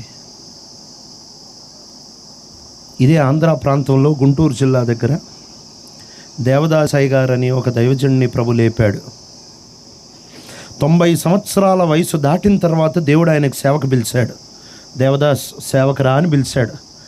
దేవదాసాయి గారు ప్రభుతో అన్నాడంట, నువ్వేమన్నా రాంగ్ అడ్రస్కి వచ్చావా? నాకే 90 సంవత్సరాలు అయిపోయి, మోషేనన్నా 80కి పిలిచారు, నాకు 90 అయిపోయి, నేనేమి సేవ చేస్తాను? ప్రభు పిలిచాడు, నేనేం చేస్తాను ప్రభా? ప్రభు చాలా పెద్ద మాట చెప్పి పిలిచాడట. ఆయన సేవకు వచ్చాడు. 90 సంవత్సరాలు దాటిన వయసు, ముసలైన ఆస్తమా పేషెంట్. అంటే ప్రతి రాత్రి దేవదాసాయి గారిని చూస్తే ఈ రాత్రి ఆస్తమాకు చచ్చిపోతాడేమో అనుకుంటారంట, బతుకుంటాడంట. ఆయన విజయవాడకి గుంటూరుకి మధ్యలో పెద్దకాకాని అని ఒక ఊరు ఉంటుంది. అప్పట్లో అది పనికి మాలిన బీడు భూమిలాగా విసర్జించబడిన పనికి మాలిన అడవి భూమి. అది ఎకరాలు కొన్నాడంట. అక్కడ వాళ్ళ మీటింగ్లు మహాసభలు పెట్టుకోవడానికి ఎకరాలు కొన్నారట. కొంటే అందరు అడిగారంట, అయ్యగారండి ఈ పనికి మాలిన బీడు భూమి ఎందుకు సార్ ఇక్కడ కొంటున్నారు మీరు? ముసలాయన అయిపోయారు, ఈయనకి తెలియట్లేదు ఏడగొనాలో అని చెప్పి అందరూ ఎటకారంగా అడిగారంట. అడిగితే ఈ ముసలాయన ఏమన్నాడో తెలుసా? ఈ స్థలం, ఈ ప్రాంతం రాజధాని అయిపోద్ది అన్నాడంట. అందరూ అనుకున్నారంట, పెద్ద ఆయన కదా, స్క్రూ లూజ్ అయిపోయింది పాపం, పోయే వయసు కదా, ఏం మాట్లాడుతున్నాడు అర్థం కావట్లే. రాజధాని ఇక్కడ ఎందుకు వస్తుంది సార్? రాజధాని ఉంది హైదరాబాదు, 300 కిలోమీటర్ల దూరంలో రాజధాని, ఇక్కడికి వస్తుంది అంటారేంటి రాజధాని? నవ్వుకున్నారు జనం. స్థలాలు కొన్నారు, మీటింగ్లు జరుగుతూ వచ్చాయి. ఎన్నో దశాబ్దాలకి రాష్ట్రం 2 ముక్కలైంది. తెలంగాణ, ఆంధ్రప్రదేశ్ రాష్ట్రంలో ఎన్నికలు జరిగాయి. ఎన్నికలు జరిగిన తర్వాత ఇప్పుడుంటున్న ముఖ్యమంత్రి గారు, అప్పుడు మొదటి ముఖ్యమంత్రిగా ఆయన గెలిచారు ఎన్నికలు. ఆయన ప్రమాణ స్వీకారం చేసింది బైబిల్ మిషన్ స్థలం రోడ్డుకి లెఫ్ట్కుంటే రోడ్డుకి రైట్ యూనివర్సిటీ దగ్గర ఆయన ప్రమాణ స్వీకారం చేశాడు. ఈరోజు అదే మీ రాజధాని. దేహం ఆగిపోతుందేమో, ఆయన మాత్రం అనుకున్న పని జరిగిచ్చేస్తాడు. మంచి భక్తులు చిన్న వయసుకి వెళ్ళిపోయారు. హెన్రీ మార్టిన్ అనే ఒక ఆయన 31కి చచ్చిపోయాడు. చిన్న వయసు, 31 ఇయర్స్కి చచ్చిపోయాడు. కానీ ఆయన 31 చచ్చిపోక మునుపు బైబిల్ని హిందుస్థానీ భాషలోని, పర్షియా భాషలోనికి, అరబిక్ భాషలోనికి కొత్త నిబంధన తర్జుమా చేసి పెట్టేశాడు 31 లోపలే. ఈ దేహం నువ్వు దేనికి వాడుతున్నావు? పాపానికి వాడితే ఉన్న సారం కూడా తగ్గిపోద్ది. దేవునికి వాడితే తగ్గిపోయిన సారం, ఆరిపోతున్న ఆరోగ్యం, అవిసిపోతున్న దేహం ఆగదు, పని జరిగిస్తూనే ఉంటుంది. కనుమూసుకుందామా, ప్రార్థన చేసుకుందామా. నువ్వు నిజంగా రక్షించబడ్డావా? ప్రభు ఒక వర్ణనాతీతమైన అద్భుతం నీ దేహానికి చేద్దామనుకుంటున్నాడు. ఆ అద్భుతం ఏంటో తెలుసా? నీ దేహం లేవలేనప్పుడు కూడా లేపుతాడు. నీ కళ్ళు తెరవలేనప్పుడు తెరుస్తాడు. నీ నోరు ప్రార్థన వల్లించలేనప్పుడు ప్రార్థన పలికిస్తాడు. నీ మోకాలు వంగనప్పుడు వంచుతాడు. నీ నడుము సహకరించినప్పుడు నడిపిస్తాడు. యెహోవా కొరకు ఎదురు చూచువారు నూతన బలం పొందెదరు. వారు అలయక పరిగెత్తెదరు, సొమ్మసిల్లక నడిచెదరు. వారు ఆగిపోకుండా ఎక్కలు చాపి పక్షిరాజు వలె ఎగురుదురు. నీ వ్రేళ్ళు